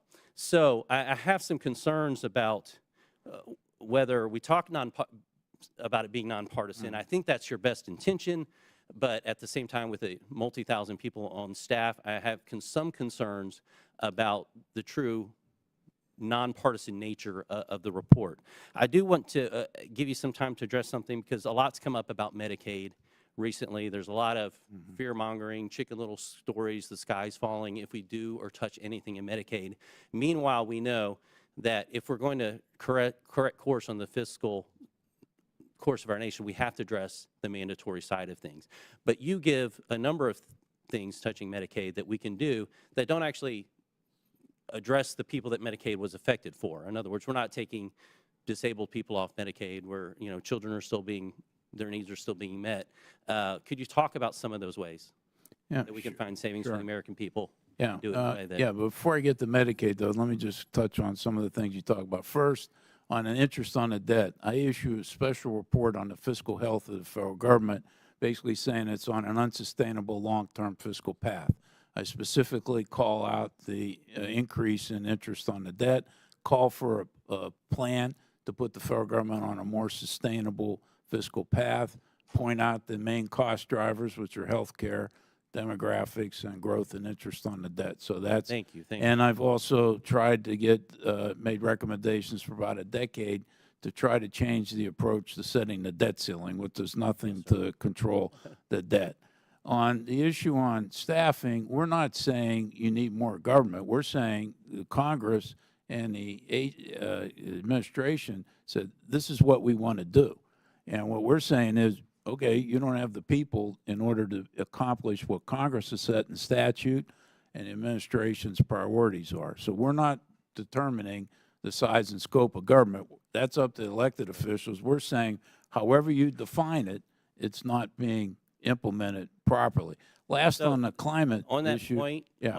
on that point, with the change of policy that we're seeing from the Trump administration, could we expect this report to deal with climate issues differently and oil and gas issues differently? Well, on the climate, yeah, on the climate issue, I want to be clear on that. Our only focus on the climate issue is not on what's causing it, what's changed. It's on the fiscal exposure to the federal government. And that is the federal government as an insurer. Our flood insurance program is not actuarially sound. The flood insurance program owes $22.5 billion to the Treasury after the Congress has already forgiven $17 billion. The Defense Department's been under instructions from the Congress to look at its impact on its installations domestically and internationally. The agriculture crop insurance has more than doubled over a period of time. Wildfires have expanded, and the federal government's fiscally exposed. So all we're saying is, as the fiscal guardians of the federal government, it's costing a lot more money, and it'd be better to focus on resilience and to try to build things in up front. We're not commenting on the science of it or whatever on that area. Let me ask my colleague to talk about Medicaid, because we have a lot of good suggestions. I'll try to be quick. So we have over 65 recommendations, but there's 3 key ones that kind of get at program integrity in the Medicaid program, to your point, Congressman. So looking at the budget neutrality of Medicaid demonstrations and making sure that CMS is really clear about what that means when states experiment. We want to make sure that we're not spending more than we otherwise would have. Looking at the data behind some of the non-federal share of payments in Medicaid, so understanding state-directed payments to managed care plans and understanding sort of provider taxes and other things that states use to help finance their share. And then leveraging the findings of work that they can be doing with state auditors. We've made a lot of points about this. Just using the trends and the findings that the state auditors find through their audits to inform their own oversight of the program. So all areas directed at program integrity activities. Thank you. Appreciate your work. Chair recognizes, let me, for a second time, go to Mr. Garcia, and we can follow up with that. Yeah, I was just going to say I'll submit the fiscal health report for the record for the committee. Okay, thank you. Chair recognizes Mr. Garcia. Thank you. Thank you, Mr. Chairman. And I do want to appreciate the work of the GAO. I think there's incredible work that happens there. And of course, a lot of uncovering of waste, fraud, and abuse happens. Mr. Dodaro, I want to thank you for your important testimony. I agree there is absolutely a responsibility for us to look at ways of reducing the deficit, to actually make government more efficient. And I think that while I served as mayor before coming to this committee, we worked really hard with our auditor, with our state auditor to do just that. And so thank you for being here. So Mr. Dodaro, I do have some simple yes or no questions for you, which I think are important. Mr. Dodaro, do you believe that the recently firing of promoted federal workers who are therefore on probationary status does anything to solve the important problems that you've raised today? Yes or no? Well, I was sworn to tell the whole truth, nothing but the truth, and the whole truth sometimes doesn't get reduced to a yes or no answer. And so in that case, I think it's important to look at what functions were being provided and what was done in those cases. But it's important that the rules be followed, that there's certain personnel requirements and rules. Would you say yes or no? I would say that, and the question was whether it would solve any of the problems that we identified on the high-risk list, and the answer to that question would be it's doubtful. Exactly, and I agree with you. I agree. It would be a no. Now, what about has the GAO recommendation ever included firing FAA aircraft safety inspectors who repair air traffic control facilities? No. No, I agree. Has the GAO ever made any recommendation on firing USDA animal and plant health inspection service workers who were tracking the bird flu outbreak or other outbreaks in poultry or cattle? I do not believe so, no. Thank you. That's a no. Has the GAO recommended firing National Nuclear Security Administration workers who oversee our nation's nuclear stockpile? No. What about firing the only locksmith at Yosemite National Park? Has the GAO ever recommended that? I'm not sure we've ever run into the locksmith at the park. And the answer to that is you have not. Right. And so I thank you for that because, of course, these none of these have ever actually aligned with any of the recommendations that have come out of your office, but yet they are clearly huge priorities for Elon Musk and his Doge team. It's obviously a crusade against the government, against actually helping people across this country. And it's the hypocrisy that we're seeing today and in our committees that I think is quite disturbing to House Democrats. Now, Republican colleagues have spent a lot of time warning about unsustainable deficits. We know that today there is a huge vote, of course, we know, on a budget. Their budget version and bill has a $4.5 trillion tax cut giveaway, essentially, when we should be asking the super rich to actually pay more. And at the center of this, we know, is a huge cut to Medicaid. They're targeting at least $880 billion, maybe more, in Medicaid cuts. Now, in my district alone, we have 300,000 people that are dependent on Medicaid approximately, which is a huge amount of the community and the district. Now, nationally, 80 million people we know are on Medicaid, but it actually impacts every single district across the country. Whether you're talking about Kentucky's 1st District, where 26.5% of the population there, 155,000 people are dependent on Medicaid. Whether it's in Ohio's 4th District, over 100,000 people depend on Medicaid. That's 15% of the population. Whether it's in Louisiana's 3rd District, 196,000, almost 200,000 people dependent on Medicaid. Or in Georgia's 14th District, where 109,000 people, or 16% of the population, are dependent on Medicaid. We know that Medicaid saves lives. These are huge numbers of people. These are folks that are colleagues of ours on the other side of the aisle that are members of this committee and that oftentimes are here at this committee. So this actually has an impact to our constituents. It means elderly and disabled people won't get their health care, their long-term care. It actually impacts people that have real substance abuse issues. And one other thing that people don't realize about Medicaid, there's a lot of conversation in this country about births and encouraging people to have more children.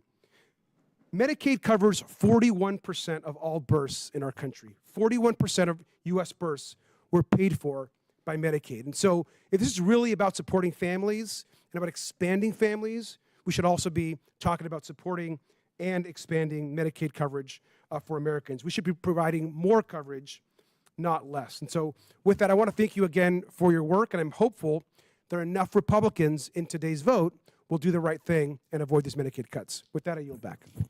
Gentleman yields back. Chair recognizes Ms. Green. Thank you, Mr. Chairman. Thank you for being here today, Mr. Dodaro, and congratulations on your upcoming retirement. You know, for the past 4 years, Democrats have been in control of basically all government functions for the American people. We are at $36 trillion in debt, and the lies are getting to be outrageous. Just listen to one of my colleagues talk about Medicaid. The truth is, for people watching at home, your Medicaid benefits cannot get cut unless the governor of your state and the state cuts your benefits. That's the real truth. Republicans here in Washington, here in Congress, we are not taking away anyone's Medicaid benefits. As a matter of fact, we're trying to cut out improper payments. We're trying to cut out fraud. At my DOJ subcommittee, I had a hearing just 2 weeks ago where we talked about improper payments. It is unbelievable, and I'm sure you would agree, Mr. Dodaro, that the amount of money that's being paid to dead people, to foreigners, to criminals, to terrorists is amounting in the billions and billions of dollars every single year. That's what Democrats and Republicans should be agreeing on. We should be able to come together and say, let's stop this immediately. Another thing that I find outrageous is that Democrats under the Biden administration passed $7.5 billion in spending to build 500,000 electric vehicle charging stations all over the country, whether Americans wanted them or not. But only 8 of these electric vehicle charging stations even got built. I think that should have been in your top 25 list, because where's that money? Honestly, where is that money? That's a great question. Some other things that I'd like to bring up to you here is GAO estimates that total fraud in these programs for unemployment insurance, and you were just talking about it, during the pandemic is at least $60 billion. Americans all over the country will never forget that Democrats shut our country down, shut our businesses down. People got fired. Their churches was closed. All their rights were taken away, and $60 billion from the Department of Labor. The Department of Labor has still not developed an anti-fraud strategy, even though $60 billion is missing. Also, the Medicare program and scale of Medicare spending is innately high risk, with the program spending an estimated $1 trillion in 2024. Of that, in fiscal year 2024, we saw roughly, I'll go back to improper payments again, $54.3 billion in improper payments. And we have Democrats crying over Elon Musk. Are you kidding me? The American people, the polling is out, 72% Democrats and Republicans support DOJ. Support it, 72%. They are not upset about anything that Elon Musk is doing. As a matter of fact, they're happy. They want their 50, they want all these improper payments, all of this waste, they want it back. Now, here's what's really interesting to me. Despite this significant progress made since GAO's 2023 high-risk update, thank you for that, USPS remains unable to fund its services and employee obligations. That's outrageous. Private companies have to be able to fund everything they do, but the United States Postal Service still can't do it. Now, the big one, the Department of Defense Financial Management first appeared on the high-risk list in 1995. 1995. Hey, I graduated from high school in 1992. That's a long time ago. Now, and it remains on this list 28 years later. 28 years later, Congress hasn't fixed this. The Department of Defense hasn't fixed this. And last year, the Pentagon, with a budget of around $850 billion, failed its 7th straight audit. What are we doing? What are we doing? We should be at the most bipartisan time in history where Republicans and Democrats can come together and say the American people's money is being stolen, it is being lost, it is outright treason to treat the American people this way. Mr. Dodaro, I'm sorry. Let me ask you this question. And I can't imagine all the things you all have seen in your work. Do you disagree with the effort of DOJ? There's probably nobody in the government that wants the government to be more efficient and effective than we do at the GAO, and I do personally. Mm-hmm. That's our job, to help do that, and we've worked many, many years in order to bring about those changes. So yes. Now, there's a couple of bipartisan things that you touched on that I think you and your committee, this committee could do. One is we've recommended that they make, in order to stop paying dead people, the Social Security master death file is given to Treasury, but only for a 3-year period. They've already saved millions of dollars. Congress needs to make it permanent. You could save hundreds of millions of dollars if that's done. Can I get information from your team Absolutely. afterward? Okay, that'd be Absolutely. great. And it what took- about it took- identity verification? Identity verification needs to be more automated, and we have recommendations for that to occur in the unemployment insurance area. Actually, the unemployment insurance estimate on fraud we made was $100 billion to $135 billion. Wow. The other thing that could be done on a bipartisan basis is that the statute of limitations to go after the fraudsters needs to be extended from 5 to 10 years. Congress did it for the Paycheck Protection Program, but not for unemployment insurance. It's almost due to expire. So if Congress doesn't act soon, some of the fraudsters are likely to get away because they'll be outside the statute of limitations. So those things are really important. And I think should be bipartisan. I agree. I think my time's up. Thank you, Mr. Dodaro. Thank you. And ranking member pointed out, we've gone over a little bit on the last two on our side. If someone feels the need to go over, I'm keeping up with the time, so we'll make it all work out. Chair recognizes Mr. Subramaniam. Oh, Ms. Brown. Chair recognizes Ms. Brown. Thank you, Chairman Comer, and thank you to Mr. Dodaro for joining us today. This administration claims to care about rooting out waste, fraud, and abuse, but the facts tell a very different story. So I just want to set the record straight. On week 1, President Trump fired 17 inspectors general. These are the folks who work on behalf of the people, Republicans and Democrats, regardless of party affiliation or who is in the White House. They are the watchdogs who root out government waste, fraud, and abuse, day in and day out. Last year, they identified nearly $100 billion in potential savings. If Donald Trump and Elon Musk cared about cracking down on waste, they would be talking to these auditors, not firing them right out of the gate. Meanwhile, the Government Accountability Office provides cost-cutting recommendations that save taxpayers $40 billion each year. So if Trump was serious about efficiency, it would focus on implementing the thousands of outstanding GAO recommendations, including the 38 areas on the high-risk list. But that's not what's happening. Instead, Trump created the redundant Department of Government Efficiency, putting his billionaire campaign donor, Elon Musk, who just so happens to be a government contractor, in charge.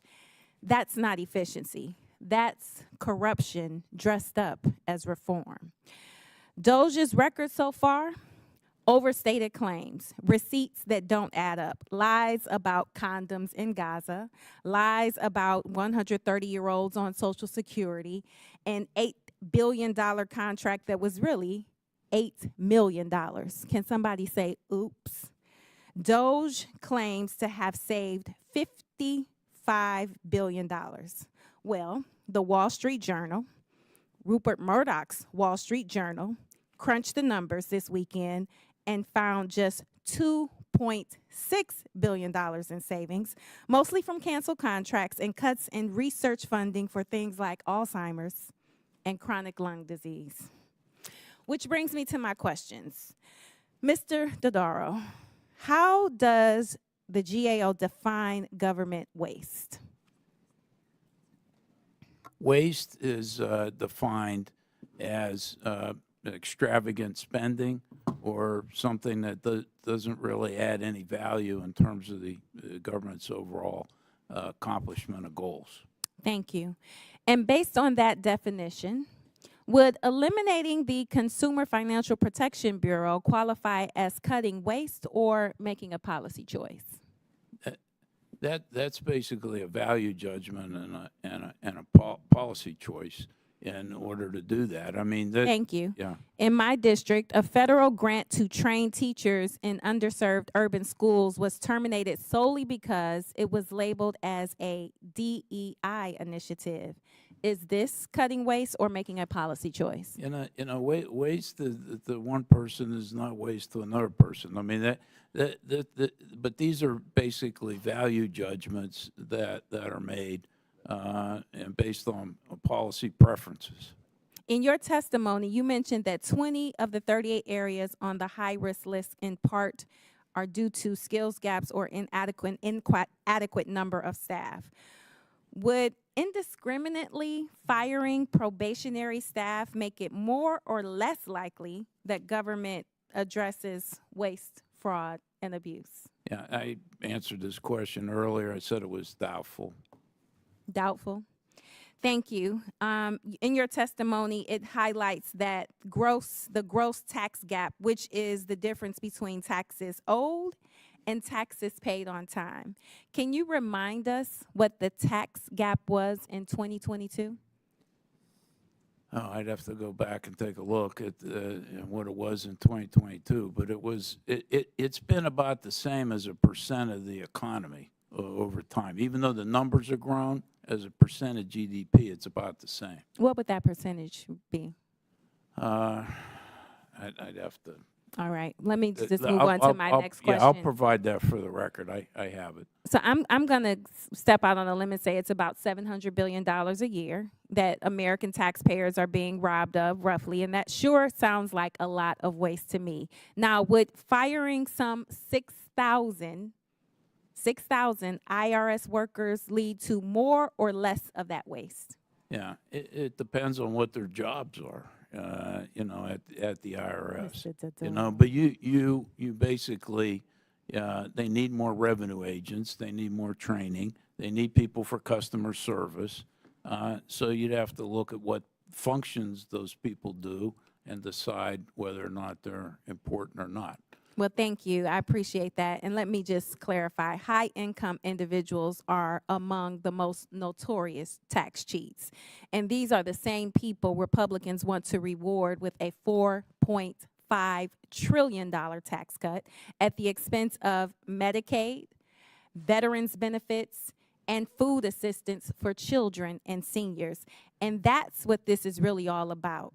DOGE isn't about saving money, y'all. It's about consolidating power and ensuring that the rich get richer.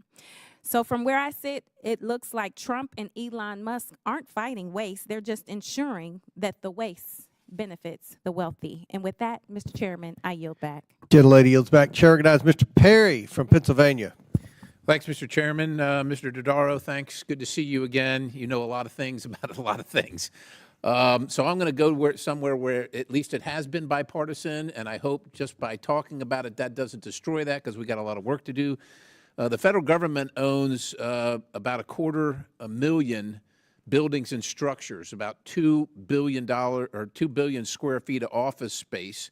A study by your agency recently indicated 17 of the 24 agencies reviewed used 25% or less of their headquarters office space. Even at their high mark, 24 federal agencies, of 24 federal agencies, none of them use more than 49%. We got more than 11,000 acres of old, unused buildings, and the American taxpayer, they're forced to pay $2 billion a year for office space that sits empty. 80% of leases are going to expire in the next 5 years. I don't know if you're looking to take a contractor job after you leave this rat race, but maybe that's something you're interested in. GAO reported just this year that real property management was downgraded from MET to partially MET. Now, I think you're familiar with the thing called the Use It Act, which we passed out of that committee, bipartisan. Not easy, but bipartisan, and alongside OMB's benchmark, we'd like to remedy this situation of $2 billion a year for more than 11,000 acres of old, unused office space. I mean, that's more than half the size of Disney World, just like sitting there empty, but we're paying for it. You know a lot of things. what would be your recommendation to Congress and to OPM to speed up the implementation process? As you know, most of these agencies don't want to give any of it up, even though they're not using it, right? But they don't want to give any of it up. So what do we do? Each one, Congress and OMB. Yeah, Dave Maroney's here. He did the study that you referenced. So I'll let him explain in a minute. But the one thing I would say that Congress needs to do is to make sure that there's lessons learned. Congress tried to expedite this by creating a board, and the board was to identify properties for sale. They had 3 rounds. It barely made a dent in anything. They weren't in sync with OMB. There's no lessons learned. That's why we downgraded them. There's still not a process to dispose of federal real property quickly and expeditiously, and Congress can create that and set milestones. I think it's very good that you set benchmarks for utilization of the buildings that we keep, but we got to get rid of a lot of buildings. We've set the benchmarks, right? But we have agencies that can't meet them or won't meet them or don't meet them. Well, I think but they still want to hang on to them. Yeah, but you got to get rid of some of the properties, and Dave can enumerate. Yes, well, setting the benchmark is an important point in the law you referenced. There's also, within a year, the measurements requiring OMB and GSA to start notifying agencies if they have extra space. But I think you can do it once those measurements are in place. How many people are coming in to these buildings on a daily basis? Use those measurements to say, okay, we have extra space, and then the agencies need to expeditiously move forward. OMB has a role there to ensure that they're setting appropriate timeframes for agencies to respond if they're not doing it on their own. Congress has a role in your oversight of the implementation of the Use It Act. And as the Comptroller General mentioned as well, taking a look at the disposal process for once owned buildings are going into the pipeline to be gotten rid of, looking at ways to shorten it, make it less complicated. We have noted for years that it is a complex, complicated process. It takes too long. And the reform process, the FASTA process, was an attempt to look at ways to do that. Your legislation has extended the life of FASTA, so it's an opportunity really to take lessons not only on what properties can we dispose of, but how can we do it more quickly, because there is a lot of extra space. So are you saying it requires more legislation from us regarding the standards and the process? Is that what it requires, or can this be done by the agency like GSA? Can they do this on their own? And you know, even though we want them to divest, sometimes they don't. And even though we give them a timeline, the timelines keep slipping. So then what?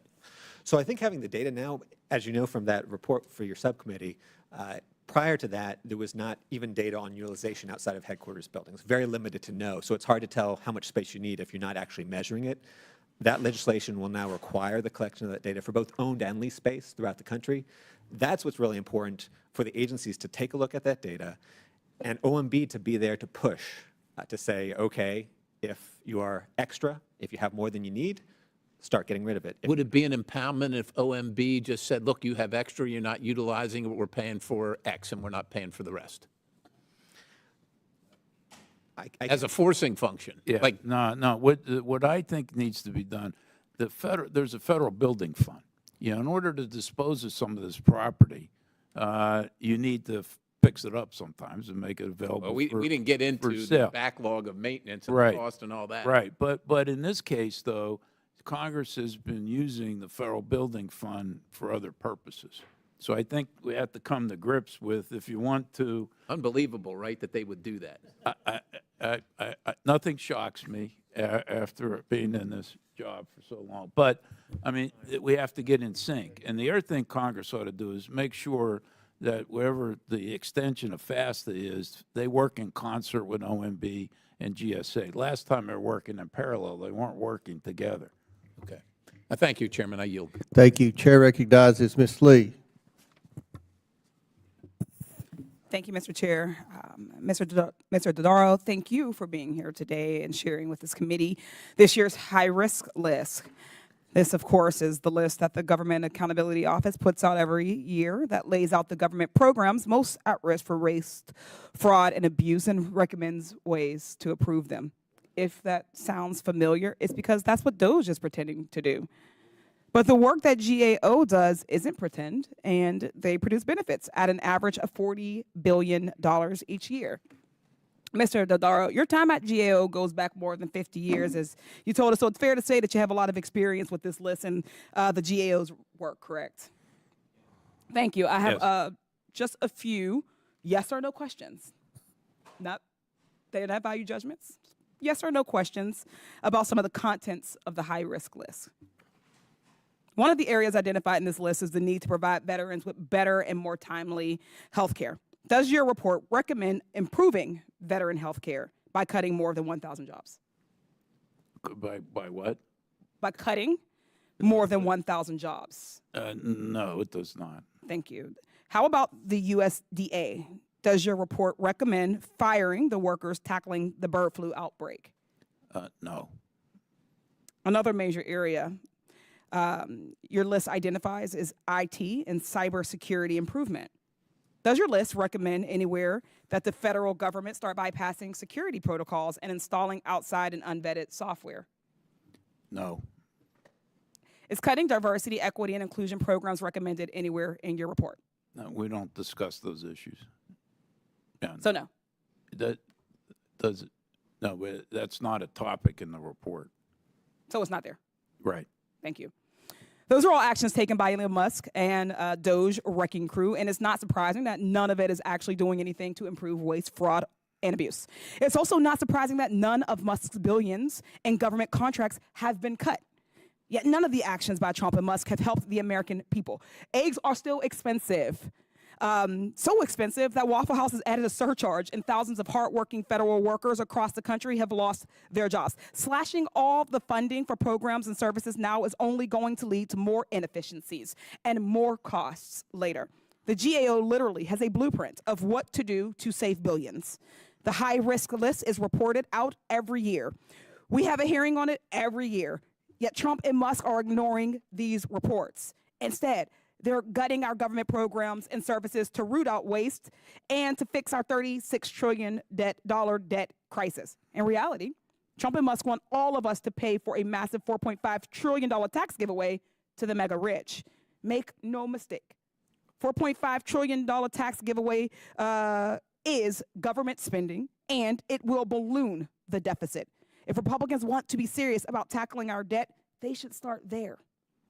Start by putting the American people ahead of the pocketbooks of their billionaire elite friends. Thank you again for your time, Mr. Dodaro.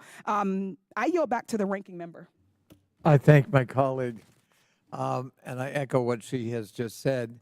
Mr. Dodaro, the inspectors general are an important part of accountability, transparency, efficiency, and oversight of the federal government in a broad scope.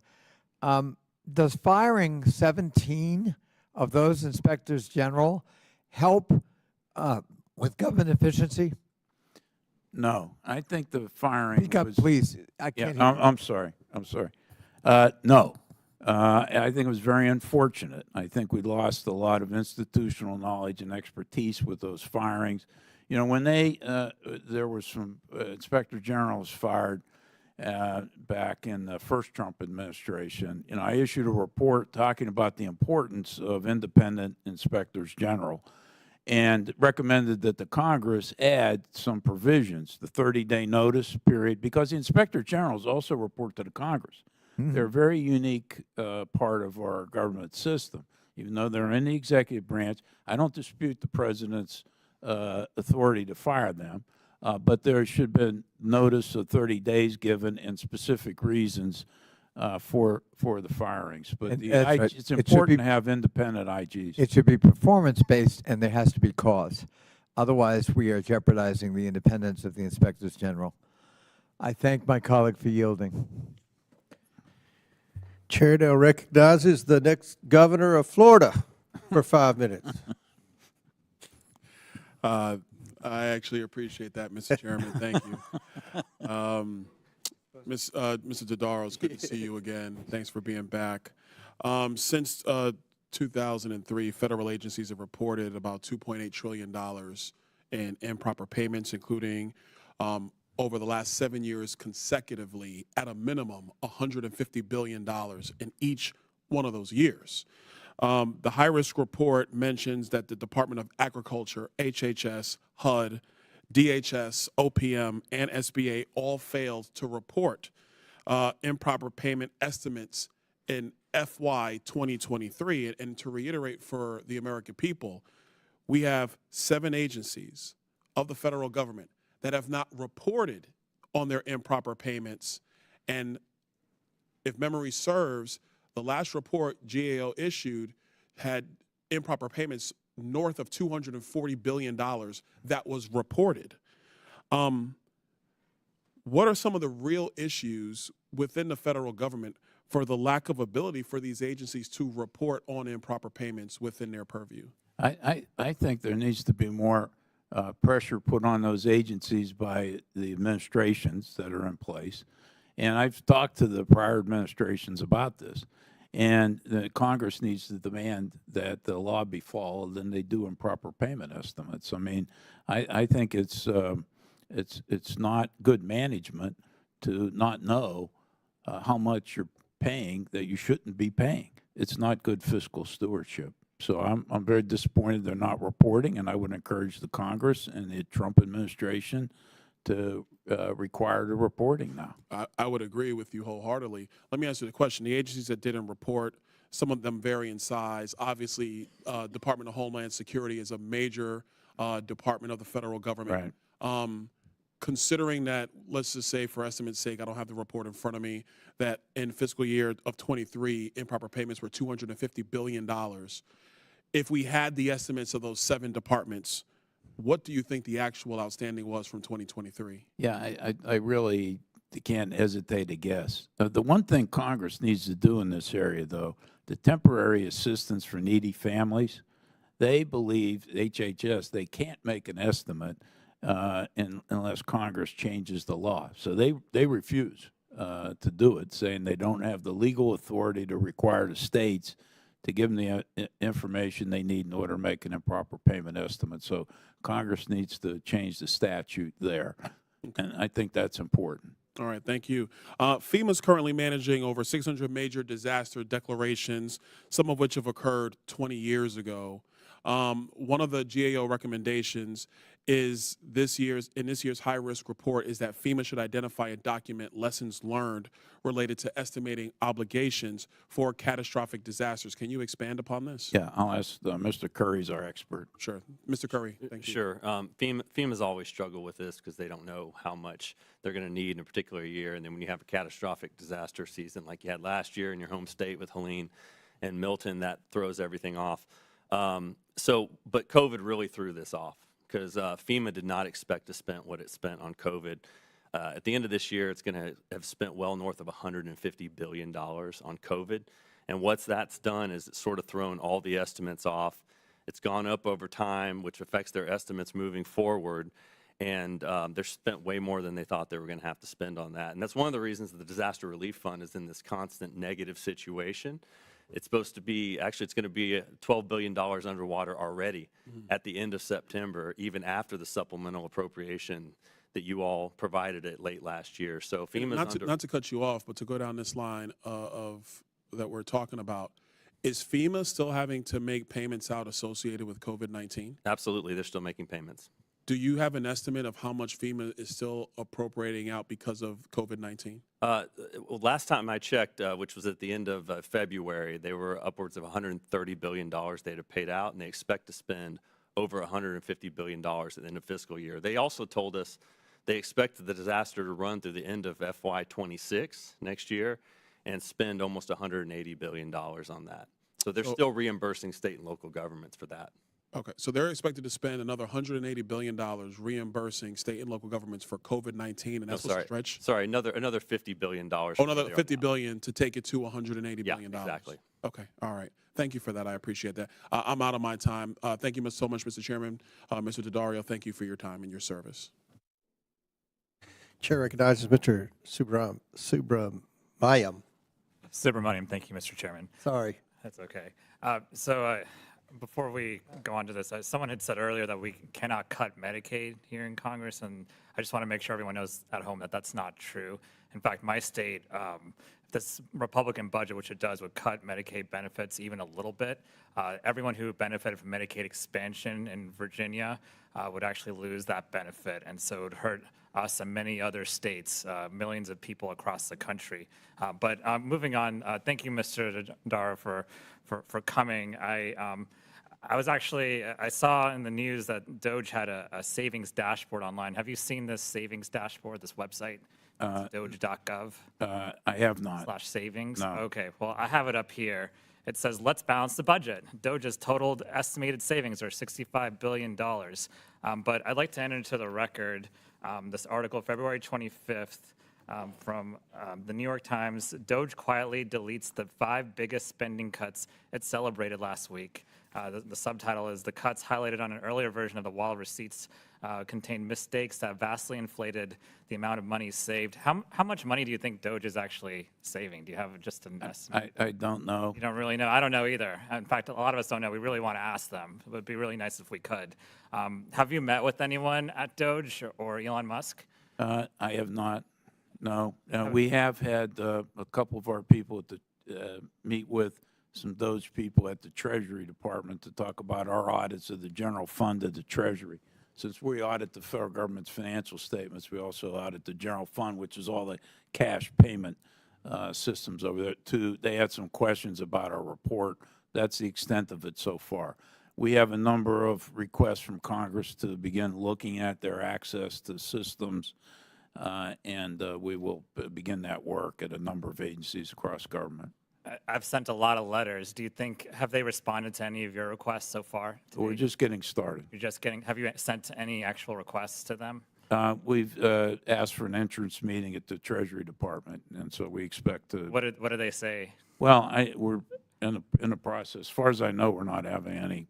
Okay. I tried to get into the Treasury Department. They wouldn't let me in. So. Yeah, well, we're their auditors. I guess that makes sense, but I'm a member of Congress, so that's why I was confused. I expect and anticipate cooperation. Interesting. And so just going on, I've heard a lot that this is about addressing the federal debt. And if you got rid of every single federal civil servant, how much of the federal debt would that actually pay down? Like, what do you think percentage? Yeah, the total federal payroll is less than 10% of the federal government's expenditures. Even the problem with our debt is you could eliminate almost the entire discretionary part of the budget, which is about 20, and still not really make an impact long-term on the deficit path that we're on right now. I mean, you're 36 trillion, in debt right now. The debt to GDP ratio from debt held by the public as a percent of gross domestic product this year will be 100%. In our entire history, it's been 106% during World War II. Sure. Absent any change in fiscal policy, by 2050, it'll be over 200% of debt to GDP ratio. The only way to deal with this is to deal with the main driver, which is healthcare costs. Now you can make you can make inroads. You can make inroads, but in terms of but I would just say, so you would I would conclude from that then that this effort isn't actually doing much, if anything, to reduce the federal deficit, to reduce our federal debt. In fact, it's a drop in the bucket, I would say. And now let's look at what the federal civil servants who are being fired en masse, being targeted en masse, are actually doing. They're firing nuclear safety experts. Accidentally, they're trying to call them back. They can't even find some of their emails. They deleted all their contact info. They fired the staff researching bird flu, actually, which is very relevant today. They cut FDA, NIH, and CDC staff. Some of the high-risk projects that you're talking about, the staff that's integral to implementing a lot of your recommendations were actually fired. And then even the website I was just talking about, this wall of receipts, they actually messed that up too. They said that they cut about $8 billion at ICE, but it was actually $8 million. And then that's setting aside the fact that they gave accidentally, perhaps, self-proclaimed racists actually read and write access to the critical treasury data that includes almost every American's personal information. And so I just doesn't seem like this is actually a very good, if they're trying to cut the deficit, if they're trying to get rid of waste, fraud, abuse, they're doing a really bad job, it sounds like. Thank you. I yield my time. Chair recognizes Mr. Burleson from Missouri. Thank you. Thank you so much. It's good to see you again. I will be sad when after you leave. you had mentioned in the previous conversation the debt to GDP ratio at nearly 100%, but according to the debt clock at 36 trillion, with a GDP of 29.6 trillion, we're actually at 123%. Well, if you count, I'm counting just debt held by the public. The 36 includes debt that we owe to ourselves and intergovernmental transfers like back to Social Security and Medicare trust funds. So you're right. If you use gross debt, I'm using just debt held by the And public. over the next 10 years, we're planning to add another 20 trillion Something on the current spend level, Yeah. correct? Yeah. So at what point do we end up in a situation where the interest, we can't make the interest payments? I think this is the big issue. And I've said we have tremendous interest rate exposure because we borrow short term. So we're always refinancing the debt that we had before. We never pay down any. And rates are going up. And rates are going up, and that's what's happened. The interest on the debt in 2023 was $352 billion. This year it'll be $1 trillion. So, compound interest works well when you're saving, but not when you're borrowing. Yeah, and that's why, for me, the alarming number was seeing that the growth in the interest payments from last year to this year has been near over $200 billion. Yes. Just in the growth. Right. So when we're talking about a reconciliation package, if you're just going to cover the growth in the interest payments, you need to find savings of at least $2 trillion over the next 10 years, correct? Absolutely. Absolutely. This is a big problem. It is a really big problem, and I would really welcome if our Democratic colleagues would recognize this is not a Republican problem, it's not a Democrat problem, this is a math problem.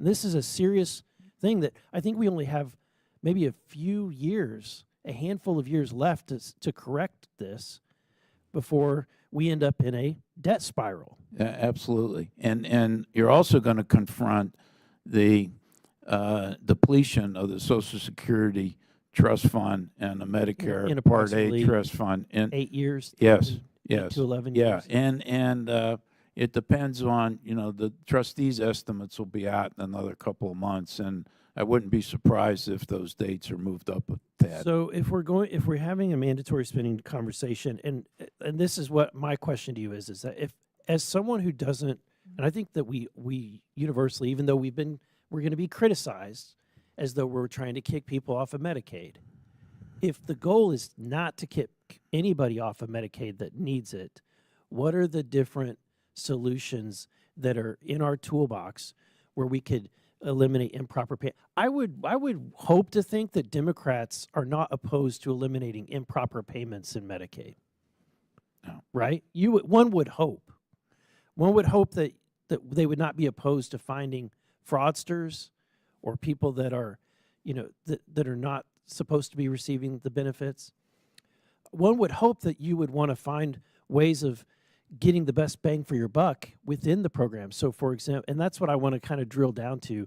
At the end of the day, this is the healthcare industry and the costs of healthcare that the federal government is having to deal with Medicaid and Medicare and even the insurance on the lives of the federal workforce, correct? Yes. So what can we do?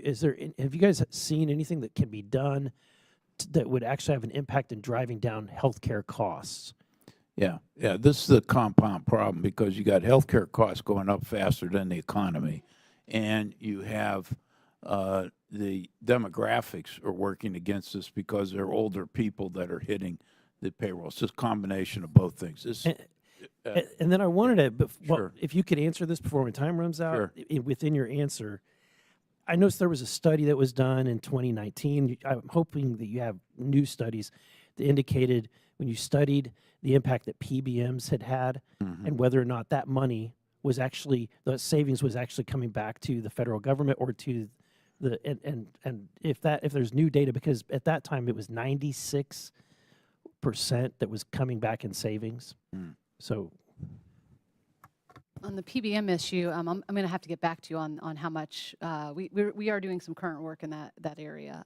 In terms of what would drive down, so the way you pay for services, you know, the responsibility of the patients for cost sharing, those are the types of things where the government could take some action. So for example, we've had a longstanding recommendation, you all have considered this in multiple Congresses, of making sure that Medicare and other payers are paying the same for services, whether they're delivered in the physician office or in the hospital outpatient department setting. The most recent CBO score of that, which they put Site out- neutrality is what you're yeah, saying. budget neutrality. I mean, site neutrality, yes. So that the most recent score of that is $151 billion in savings over 10 years. And that has impacts on the entire healthcare system. So it's not even just savings within Medicare, it will have an impact on other programs as well as the private sector healthcare system. So there's lots of examples like that of paying differently for services. That, Can you provide those examples to me? Yeah. Yes, yeah, we'll do that. There's also the adjustments that are made every year between fee-for-service and Medicare and Medicare Advantage. And the committee, the legislative commission set up by the Congress, sorry. I appoint the members to this MedPAC for Medicare, one for Medicaid. In the MedPAC area, they estimate that there's overpayments being made to the managed care portion of like $40 billion. That's correct. And so we have recommendations to make that a fair comparison so we're not overpaying. Thank you. Yield back. Thank you. Chair recognizes Miss Ansari from Arizona. Mrs. Thank you. Sorry, I thought since Representative Frost was back.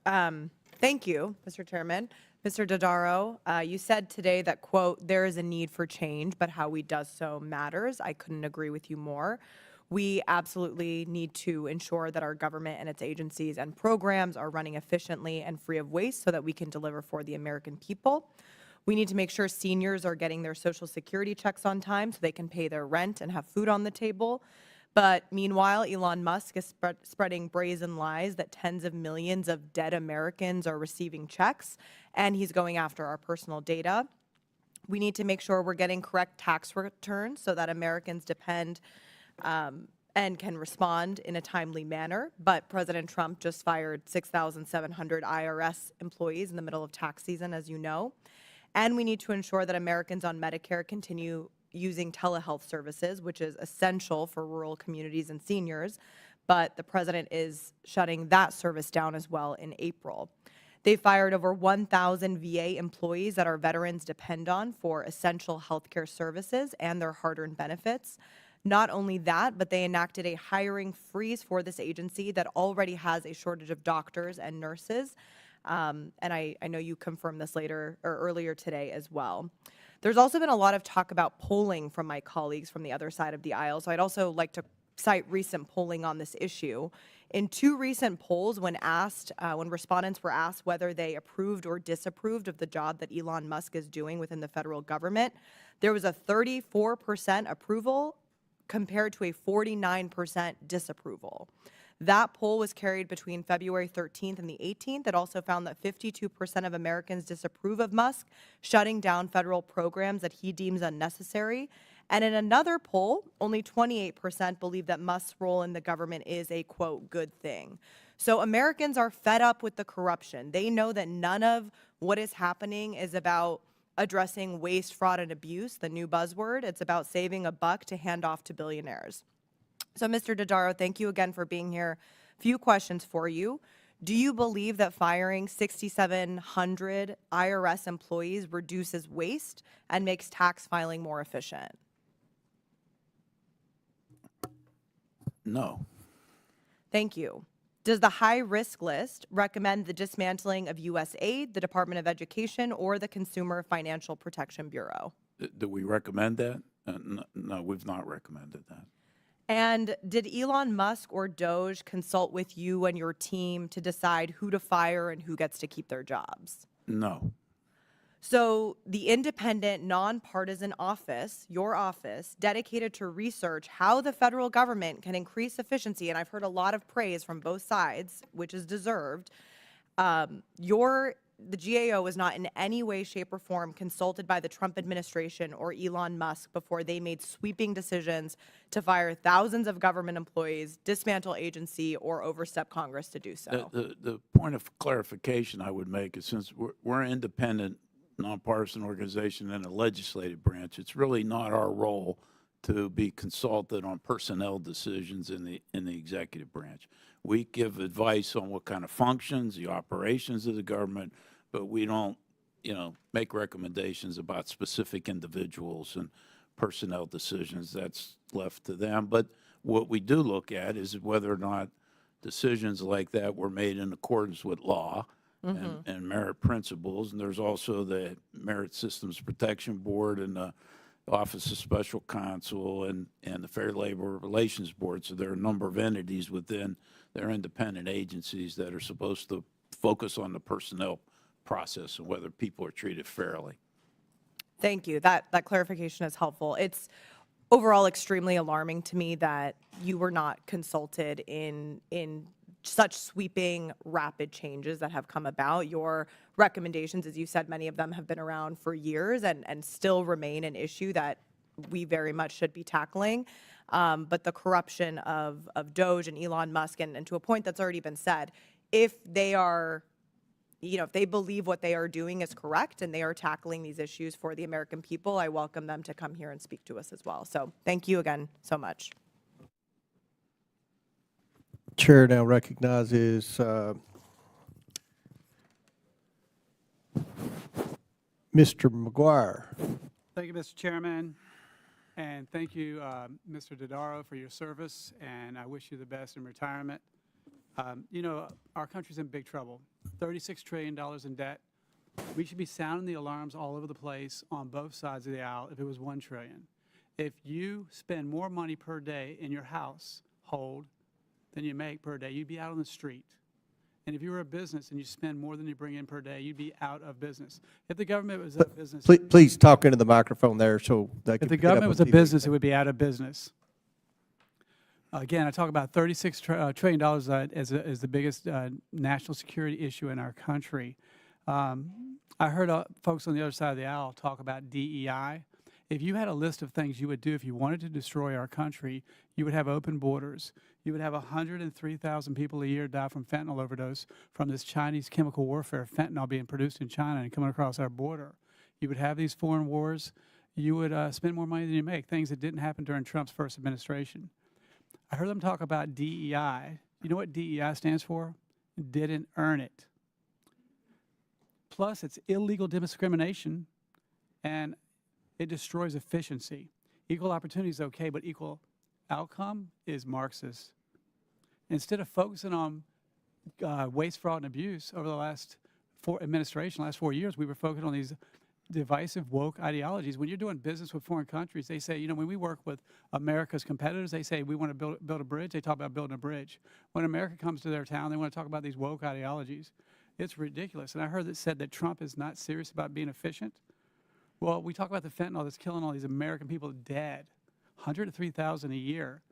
Well, border crossings are now down in just a short period of time, 95%, from 2,000 border crossings per day to about 200 border crossings a day.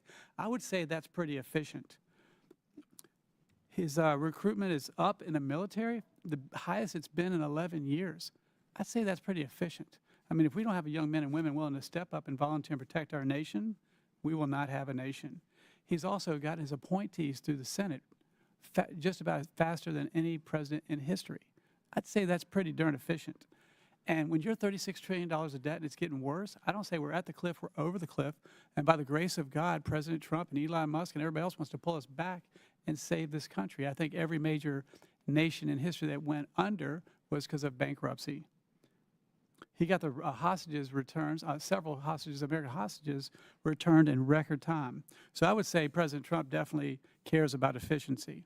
What shocks me is that the left is outraged at Elon Musk and all these people that are fighting so hard to discover waste, fraud, and abuse and save our country, but they're not outraged at the people that committed the waste, fraud, and abuse. And that just shocks me. I find it concerning that says 2003 federal agencies have reported about $2.8 trillion in estimated improper payments. The GAO issued a biennial report at the start of each Congress to identify which programs are vulnerable to fraud, waste, and abuse and mismanagement. So, Mr. Dodaro, are there any common themes or problems that you have noticed across the high-risk areas when compiling this list in recent years? Yes, there's a number of areas we've been adding to the list involve multiple agencies to have to work together in order to address it. And one of them is on point to your point about fentanyl. We added drug misuse as a high-risk area because there needed to be a better national strategy that pulled together federal departments and agencies, but also work at the state and local level, work with law enforcement, work with treatment facilities and others. And so that's an area that requires multiple agencies to work together. So that's one of the patterns that we've seen, over time. Well, I would say the American people, we the people, are sick and tired of being ripped off. And in just 5 weeks, Doge, Elon Musk, and his genius team, and by the way, the guy's the richest man in the world. He doesn't need our money. And President Trump is the only president in recent history I've ever heard of that left office with less money. Every other president has left office with more money. But we have got to make some good decisions. Our country's in really big trouble. When we talk about FEMA, Hurricane Helene impacted my district as well. And I was just struck by how farmers and volunteers all across our Commonwealth and all across our nation jumped in to help people. What are some things that we can do? Like I've heard it proposed that FEMA, some of the FEMA duties can be returned to the governors. What do you think we can do to handle these natural disasters more efficiently? Yeah, I think one thing would be to determine at what level, the state and local levels, they're already the first responders. And FEMA gives grants for them to be better prepared. But we've always said, well, how prepared are they? And they've never been able to tell us over time. I'll let Chris Curry. All right, last question real quick. All right. What is the definition of insanity? Well, the common definition that's used is keep repeating the same thing over and over again and expecting a different result. Yes. So we have to move quickly. I don't know if you know who Mr. Wonderful is. Kevin O'Leary, very successful businessman. He's on CNN. He's saying that Doge should move faster than it's moving and should cut 20% more. And then you rebuild from there because we are in drastic times. Desperate times require desperate measures. Thank you very much. All right. Yield back. We'll provide answers on FEMA for the record. Chair recognizes Mr. Frost. Thank you, Mr. Chair. Mr. Dodaro, thank you so much for being here today. The GAO, Government Accountability Office, is really important, thoughtful, expert reports that help us save billions of dollars every year, and I thank you for that work and thank your staff for that work. The GAO couldn't be more different than Trump and Elon Musk's Doge. Trump and Musk want to rip away the vital services that millions of Americans depend on. He's doing it just to find money to give tax cuts to the richest people in this country and largest corporations in this country, many of whom pay a less effective tax rate than a lot of the teachers in my district. Doge will save nothing for the American people while making everything worse for us, while trying to find room to give tax cuts to the richest people in this country. Shamefully, those cuts include cuts to our military veterans, including the nearly 32,000 veterans that I proudly represent. And I take this subject personally because I'm the son of a veteran. I come from an Air Force family. How my family's been there for so long, they were in it when it was the Army Air Corps. And so I take this very personally. Mr. Dodaro, VA healthcare is on the GAO's high-risk list. How have staffing challenges at the VA contributed to this? And I'll ask Ms. Farb to come up, but they've contributed to it very significantly. Jess? I would say, we talked about this a little bit earlier in terms of scheduling appointments for veterans, both in the VA facilities and in the community, providing treatments that are needed and timely care, which VA has had problems with in the past, as we all know. So not having the staff that they need to kind of continue on the path to making sure that veterans get timely access to quality So a care. staff capacity issue, not enough. Yes, well, not a right type. I mean, I'm very concerned about the mental health area. And they don't have enough behavioral mental health people, particularly for rural veterans. 100%. And the suicide prevention areas is another area. You know, the last I checked, there were 17 veterans a day die by suicide. It's a national disgrace, in my opinion, that we're not better supporting these people, which is why I added it to the high-risk list. And so they need doctors, nurses, they need the proper care, and also the proper handoff if they go to the community care process as well. So it's an issue that we need to be very careful on how we handle and make sure it's done properly. I 100% agree with you. I was actually about to ask you about the VA's need to hire more psychiatrists and psychologists, and I appreciate you bringing that up. Right. You know, last week I held a veterans town hall in my district at my local VA. There were a few hundred people that showed up. Folks came very confused, very angry, and very scared. They asked questions. I have some of them down. They asked, will I lose my benefits? Who staffs Doge, and what are they doing with my personal medical information? Will budget cuts mean that I'll have longer wait times? Why is my health care being sacrificed to politics? These are the questions people ask me, my constituents, veterans ask me. Among the 18 inspectors general that Donald Trump illegally fired, which, by the way, Congress was supposed to be notified before an IG is fired like that. Maybe but 2 hours ago, Republicans in this committee took a vote to silence me because I said Donald Trump was engaging in grifting. But complete crickets when he breaks the law and completely circumvents Congress and doesn't tell us about the firing of 18 inspectors general. How will the firing of the inspector general of the VA make it harder to address the issues that my constituents, the veterans in my district raised? I responded earlier that I thought it was unfortunate those IGs were fired. I think we lost a lot of institutional and expertise in that area. We've worked very closely with Mike Missile over the years and the other IGs. Now, they have a very talented group of people. They'll soldier on, and they'll continue to do the job, but it was unfortunate.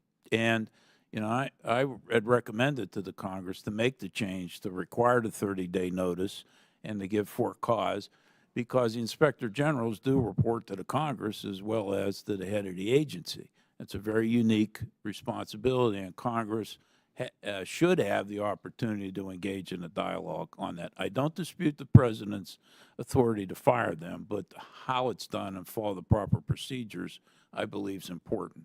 Thank you. The Orlando VA healthcare system already suffers from critical staffing shortages. I mean, the people there, who a large percentage of them are veterans themselves, are doing a great job. They're doing what they need to do, but they don't have the staff capacity necessary to be able to meet the demand, to be able to live up to our promise to people who put their lives on the line for the safety and security of this country.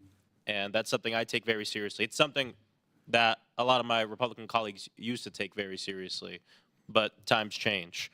Thank you so much, and I yield back. Chair recognizes Mr. Gill from Texas. Thank you, Mr. Chairman, and thank you for holding this hearing today.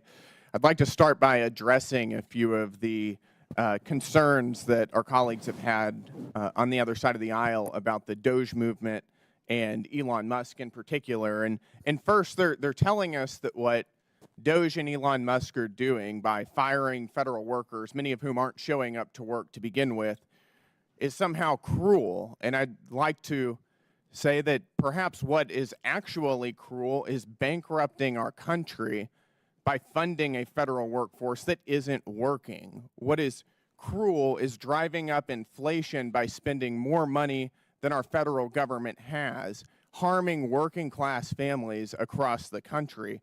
What's cruel is consolidating power in an undemocratic administrative state that doesn't answer to anybody, apparently, if they had their way. You know, no federal worker has a right to work for the U.S. government, but our children do have a birthright to inherit a country that isn't bankrupt. And that is what House Republicans and President Trump and Elon Musk are trying to do by cutting out waste, fraud, and abuse from the federal government. What Elon Musk is doing isn't cruelty, it's altruism. And it's the first time anybody has been able to actually right-size our federal budget, and we should be applauding him regardless of which side of the aisle we sit on.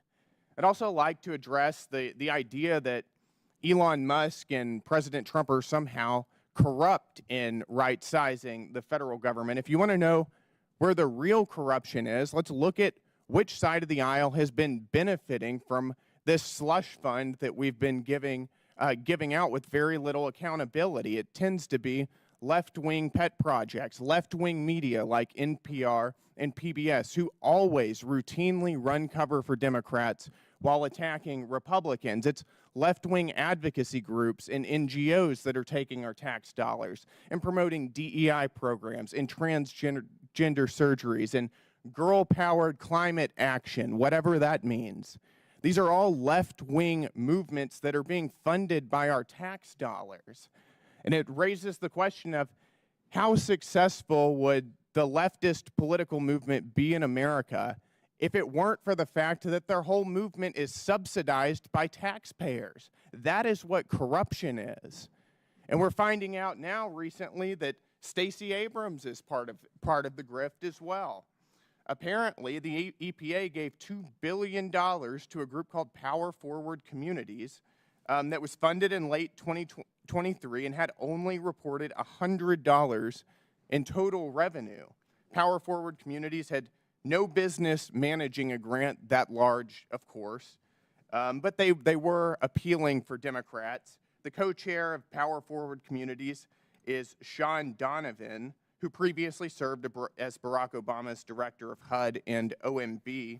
And we also know that Stacey Abrams is senior counsel for one of the coalition groups called Renewing America affiliated with this. That is corruption, and that's the waste that we're trying to root out here. They talk a lot about Elon Musk and Doge and having access to American data.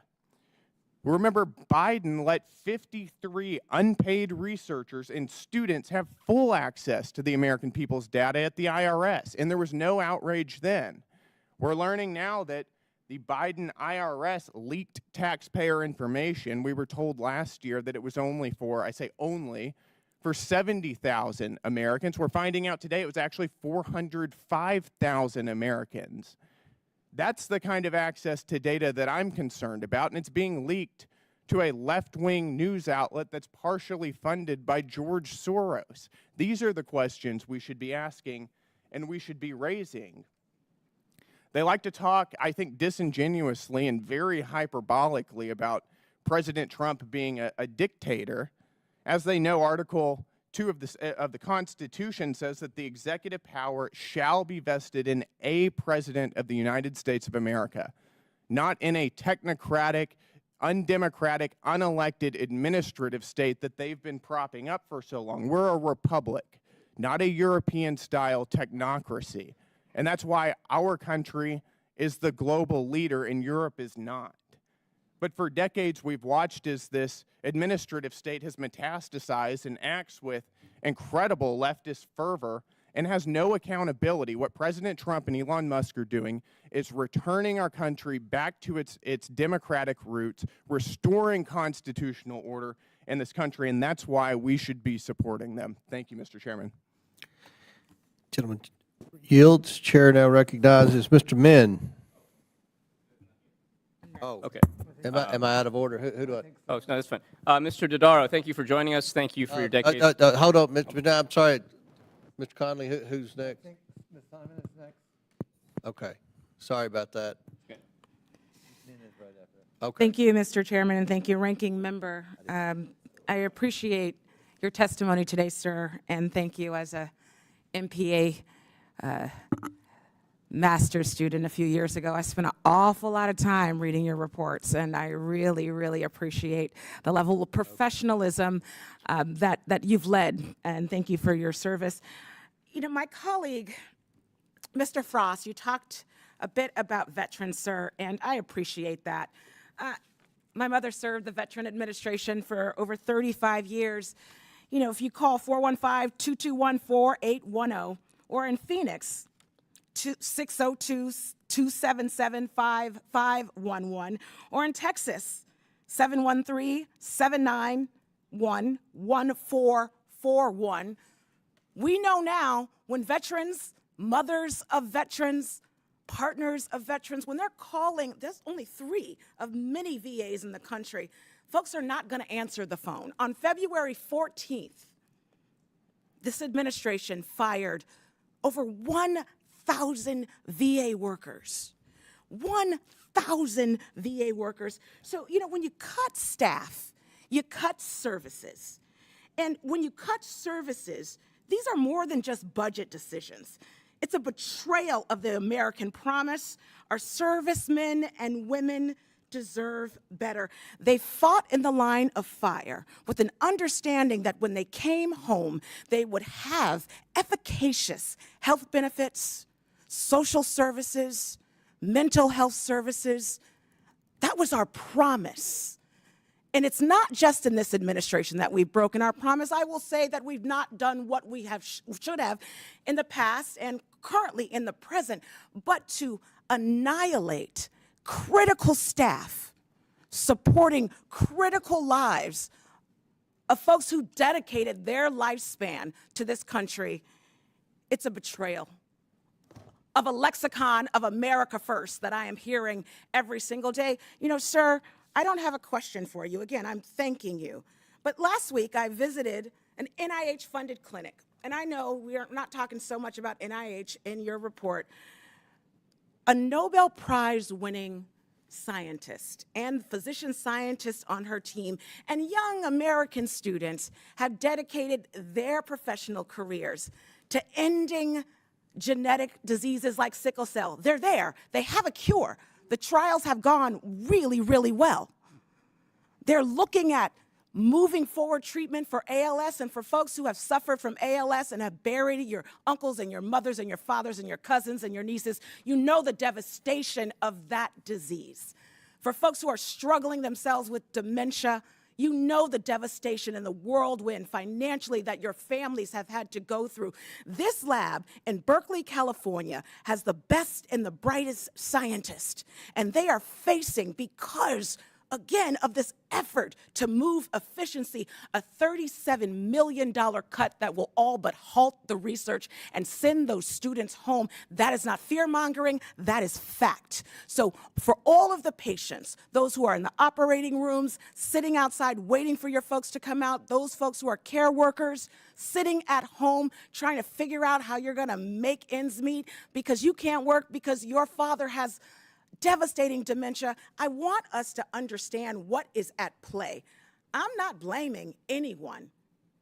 What I'm saying is we're making bad decisions. Yes, we need a more efficacious government, but when you attack the sick, when you attack literally the scientists who are going to cure Americans, we're lying to the people here. Those young people, I met one young man who has dedicated his life to curing cancer. He is in that lab. He doesn't know if he's going to be able to continue. America First looks something very different than what we're purporting here today about creating an efficacious government.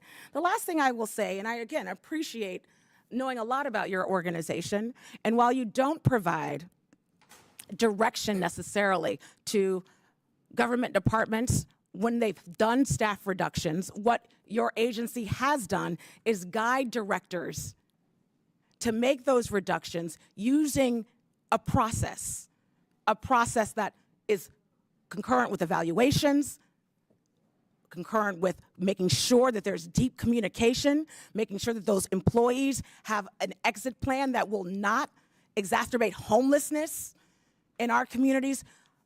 Thousands of workers have been laid off with no evaluation. We have not stayed true to our union contracts. We need to create a government that is efficacious and efficient, but this ain't it. Thank you so much. I yield my time. Gentlelady yields back. Chair recognizes Mr. Fallon from Texas. Mr. Chairman, thank you. You know, we sit here all day and we hear folks pontificating, and it's the same old broken record, and I fear that it's going to be like this for 2 years, that, you know, you hear Elon Musk, and you do hear fear-mongering, and you do hear billionaires, unelected oligarchs, blah, blah, blah. Fact of the matter is that when I was serving in the Air Force, I saw many many federal workers that did a fabulous job. They were gold coins for this country. Unfortunately, I saw equal, probably slightly larger number that were a complete waste of taxpayer money. It was just not operating efficiently, and they didn't have the motivations, and that's why I think even the father of modern progressivism, Franklin Delano Roosevelt, feared and was not a fan of public sector unions. I want to thank you, Comptroller General Dodaro, for your years of service. Half a century, dare I say, started when you were 5. You had an illustrious career, a very successful one, and a decade and a half in your current position. And sincerely, thank you. Also, you've done significant work with operating and efficiencies in the federal government. I think that you could argue, in a sense, that you were Doge before Doge, or Doge was cool, or at least for half the people on this committee cool, what have you. But the concept isn't new. Long before Donald Trump ever ran for public office, you were doing your work and looking to get a lot of bang for that taxpayer buck. And that's something that should be bipartisan. Doesn't seem to be, unfortunately. But, you know, I'm an eternal optimist, and we can hope for a better day tomorrow. Do you think, sir, that the federal government does, or will operate at maximum efficiency right now? It does not. It does not even close. Listen, I had a small company of 100 employees, private sector. I was making a buck.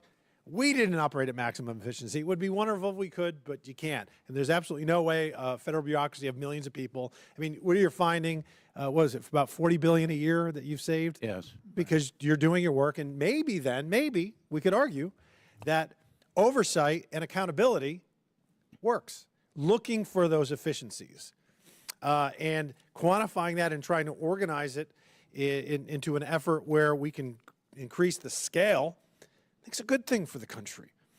And I just went to Austin, Texas. I was in the Texas legislature for 8 years in the House and the Senate, and visited with some of my colleagues and then some experts in the Inspector General's office, rather, in Texas. And they were telling us, in their professional opinions, and these folks have done it. One of them, Mr. Chairman, served for 25 years investigating primarily Medicaid fraud. And I asked, in your professional opinion, after a quarter century doing what you've done, of the $50 billion that Texas spends on entitlements, what majority of that is fraud, waste, and abuse? What percentage, rather? And he said at best 10%, and at worst probably just north of 20%. Yeah. So just in Texas alone, we're talking about probably $7.5 billion of money that's spent by the taxpayers, but it's not getting to the people that need it. You get folks that lie on, and sometimes the honor system stuff, or they're making much more income than they admit to, or you've got the fraudsters and the organized criminals that steal, and they're very good at it. They're very sophisticated, and so taking a look at it, we shouldn't be scared of it. We should embrace it. We should run toward it and not run away from it, and not play political games or demonize the most successful human being in history in the private sector.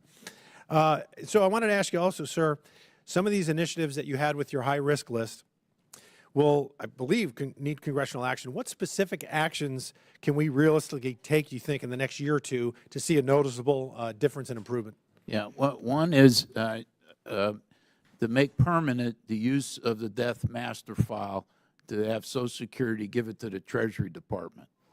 That's only on a pilot basis. It's already saved millions of dollars. It needs to be made permanent. We should not be paying deceased people. It took me a number of years to convince Congress to even make that a pilot program. I never thought it would be so hard to stop paying dead people, but apparently it was. Were they all in Chicago? I don't know. No. I don't think so. I think they're more spread around. Yeah. But in any event, that's number one. Number two would be to extend the statute of limitations for fraud in the unemployment insurance program. It's about ready to expire at the 5-year mark. Congress should do as it did with Paycheck Protection Program and extend it for 5 more years to make it 10 years. There's hundreds of cases still being investigated that I think need to come to a conclusion. And that's for the, was that for the Social Security? Unemployment. Unemployment fraud, yeah. Unemployment insurance fraud. Extend the statute of limitations. Make site-neutral payments a reality for Medicare. If you go to a doctor who's affiliated with a hospital, Medicare pays you more than if you go to a doctor in a private practice. It costs more for co-pays for beneficiaries. CBO's already said in the next 10 years it would save $153 billion. I got many other ones that I could, I hear you. enumerate, but Yeah. those are three biggies. Thank you very much. We'd love to get your office on getting an extensive list. And again, thank you for your service, Mr. Chairman. I yield back. Gentleman yields back. Chair recognizes Mr. Min. Thank you, Mr. Chair. Mr. Dodaro, congratulations on your retirement, and thank you for your service. I appreciate your suggestions. And as a freshman, new to your particular suggestions, these high-risk projects, but appreciate the concept. Like some of my colleagues, I want to first just briefly talk about DOGE, the Department of Government Efficiency, which is apparently not a department, but a temporary organization with all the authorities of a department or agency, but none of the legal requirements that would otherwise apply to a department or agency. Now, temporary organizations, you may know, under federal statute are limited to specific project or study. President Trump's executive order creating DOGE made clear that DOGE's authority was specifically limited to, quote, data modernization. But as has been widely reported, under the leadership of Elon Musk, DOGE has far exceeded those statutory and executive order limitations. DOGE employees have taken over the federal payment system. They've received access to sensitive personal data for any person who's ever received a check from the federal government. They've frozen federal employees out of their computer systems. They've tried to terminate agencies and programs like the Department of Education and USAID. So, Mr. Dodaro, I assume you're familiar with the United States Constitution. I am. And so many of my GOP colleagues today were talking about Article 2 of the Constitution. Apparently that was in their talking points for today. But Article 1, Section 1 states that all legislative powers are reserved to the Congress of the United States. Article 1, Section 9 gives us exclusive authority to appropriate money to Congress. Are you aware of any provision in the Constitution that allows the executive branch to unilaterally take away our legislative and appropriations authority? I'm not aware of that, no. That's right, because it doesn't exist. Are you aware of any provision in the Constitution that allows a special government employee appointed by the President to unilaterally take away our legislative and appropriations authority? I don't think Constitution addresses that. It makes clear it is our authority only. And so what is happening right now with DOGE is unconstitutional, illegal, and I'll make that clear because they are overturning laws that we passed. They're deleting agencies that we have funded and created, and they're doing so without consultation with Congress. So I want to make that clear. Now, Elon Musk has claimed he wanted to eliminate $2 trillion in waste from the federal government. Do you believe that we're going to find $2 trillion in waste if we look through the budget?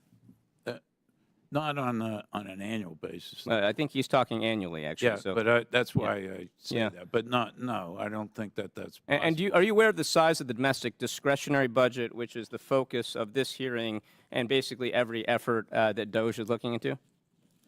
Yes. What is that roughly?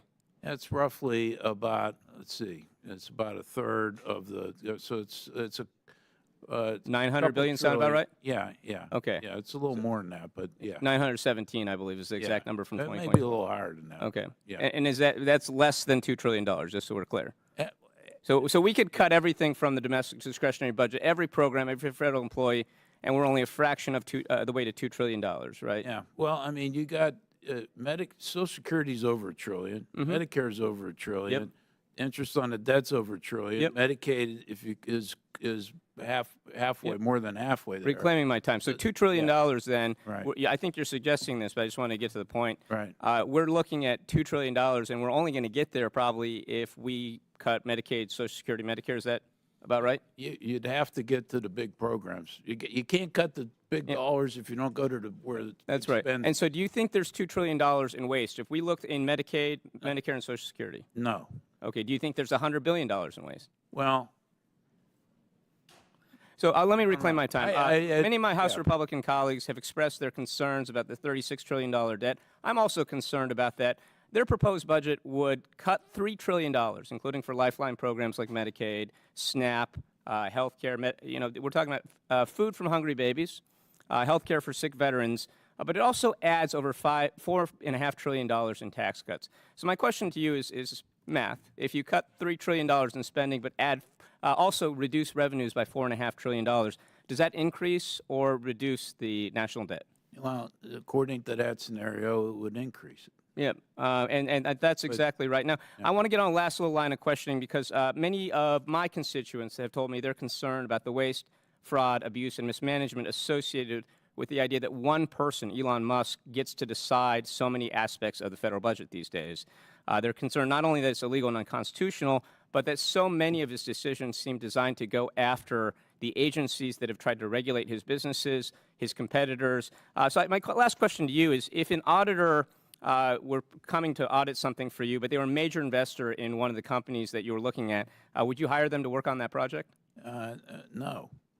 All right, thank you very much. We've been asked to, and we'll be looking at the arrangements for DOJ as it relates to ethics and conflict of interest.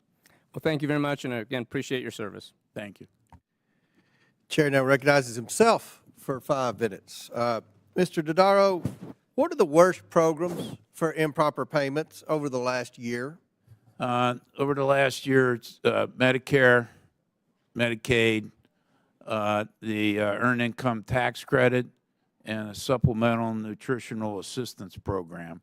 And then bringing up that would be unemployment insurance. Right. Medicare, Medicaid, and SNAP. The 2025 high-risk report, like the previous reports, continued to paint an alarming picture of the extent of improper payments, those issues facing Medicare and Medicaid. That, I think we agree, and I know the American people agree, that we shouldn't be giving payments to people or businesses improperly. So last year, Medicare improperly paid roughly $51 billion, and Medicaid improperly paid about $50 billion. That's over $100 billion. So why do these programs continue to have such massive issues with improper payments year after year? Because GAO's released a report that estimated between $233 billion and $521 billion, that's $500 billion, was lost annually due to fraud between 2018 and 22. But Medicare and Medicaid in particular, $100 billion in the last year. Why does this happen? Yeah, well, I think you have a need for better provider screening. In other words, letting providers in there, and you have a need for better enrollment screening. This has been a consistent problem, particularly in the Medicaid area. Yes, in that area. Now, during the pandemic, for 3 years, everybody who was eligible at the beginning was deemed eligible throughout to the end of the national emergency. So I don't even think the recent numbers, as big as they are the full amount of improper payments. Exactly. So there needs to be more rigorous screening and more attention on managed care portion and more auditing there on both of them. So during COVID, when the federal government lost its mind, and that spanned 2 administrations, people were put on Medicaid without proper screening and things like that. Supposed to be temporarily. Right. Medicaid's supposed to be a temporary safety net program. And what's happened is it's become an entitlement. And one of the things that we're proposing in the budget reconciliation bill isn't cutting Medicare and Medicaid like my colleagues on the other side of the aisle. It's trying to reform Medicare and Medicaid to where there's no improper payments. We recognize the fact that you have been writing about this for years. The problem's not getting any better. People got on Medicaid during COVID, supposed to be temporarily, but they're still on there. Right. They're still on there. They're not supposed to be on there. Hardworking, taxpaying Americans have to pay for their health insurance, and there are people that are gaming the system getting on Medicare and Medicaid. That's who we are looking at in this budget reconciliation bill. That's what President Trump and DOJ are looking at. This isn't something that we made up. This isn't something that we pulled out of the air. You all have been writing about this for years, and we recognize there's a problem. But the fear, people say, well, why hasn't Congress done anything? This is why. The way they're acting. They wait. People know that Social Security is being scammed. People know that unemployment's being scammed. People know in this chamber that Medicare and Medicaid is being scammed. But they wait. They wait for one person, and it's always a Republican, to be bold enough to say, we need to look at this, and we need to stop these improper payments. We need to stop the waste, fraud, abuse, and mismanagement. And then the Democrats go, oh, my God, they're going to cut. They're going to cut. The Republicans are going to cut. And then they get their constituents all fired up. They say, oh, Elon Musk is going to steal your Social Security check. And nothing gets done. We are serious about it. The president has a mandate. We appreciate the work that you and your staff has done identifying the high-risk list. But one reason that people in both parties, Congress, for numerous Congresses, has refused to even look at Medicare and Medicaid fraud is because they knew that somebody would try to score political points and spook the elderly people that need Medicare, the children that need Medicaid, the children that need SNAP. They won't face the reality that people have been added to the rolls that shouldn't be on the rolls. They're people ineligible. There are providers in all 50 states that are abusing the system. And it's going to take someone bold. It's going to take a Congress with the backbone to do something about it. And I'll conclude by saying this. We don't want to cut benefits for children. We don't want to cut benefits for the elderly and the truly needy. We want to look at the system and get rid of the waste, fraud, and abuse. That's what DOGE is about. That's what President Trump campaigned on. And that's what I hope at least the majority party in here is committed to get his back and try to do that. Because the American people are fed up. They've lost confidence in government. And just as Ms. Green said, an overwhelming majority of people approve of what the objectives of DOGE are, but it's going to be up to Congress to get it done. I think we're seeing tonight during this hearing, there's some people that are going to obstruct and kick and try to score political points, and there are some that are serious, that have rolled up their sleeves, and hopefully we'll get something done. So thank you for your high-risk report, and hopefully this Congress and this administration will have the backbone to do something about this heist of the American taxpayer dollar. So thank you. My time's expired. I now recognize Ms. Presley, I guess, or Ms. Crockett. Who's next? Ms. Presley. Thank you. Thank you to the Comptroller General for being here today. I'm grateful for your service, and you are a great reminder of the ways in which government does benefit people every day, but they're often unaware. Congress has a duty to ensure that government operates efficiently, effectively, and in the public interest. For any elected official, constituent services are our bread and butter. I know long before I was an elected official, I worked as a constituent services advocate, as Social Security liaison, advocating for our most vulnerable. If your grandfather can't get an appointment at the VA, or if your mom is stuck on hold with the Social Security Administration for hours, you should be angry, and we should be fixing it. But instead of fixing it, the Trump administration has turned over the keys to an unelected billionaire, Elon Musk, through the so-called Department of Government Efficiency, or DOGE. Mr. Dodaro, can you define, just so we're operating with the same understanding and comprehension here, can you define government efficiency? Well, efficiency is getting the best possible outcome with the least amount of resources. Right. It's not about slashing budgets for the sake of headlines while weakening the very services that keep people safe, fed, and housed. True efficiency is about making government work better for the people, protecting their rights, strengthening essential services, and ensuring tax dollars go to the public good, not private profits. By that standard, DOGE isn't here to serve anyone other than Elon Musk. But let's take a step back. History is important. Mr. Dodaro, do you know how the term DOGE came about? Not particularly. Well, it came from an internet meme featuring a Shiba Inu dog that went viral on Reddit, and that meme led to the creation of Dogecoin, a joke cryptocurrency. Eventually, it caught the attention of none other than Elon Musk. In 2019, more than 5 years ago, Elon Musk started tweeting about Doge, making jokes and using the cryptocurrency for profit. He was not interested in government efficiency. He only cared about making money. That's why the actual creator of Dogecoin said that Elon, quote, was and always will be a grifter, unquote. Mr. Chair, I ask unanimous consent to enter into the record this article titled Dogecoin co-creator calls Elon Musk a grifter who had trouble running basic code. Without objection. It's ordered. Talk about didn't earn it. So here we are.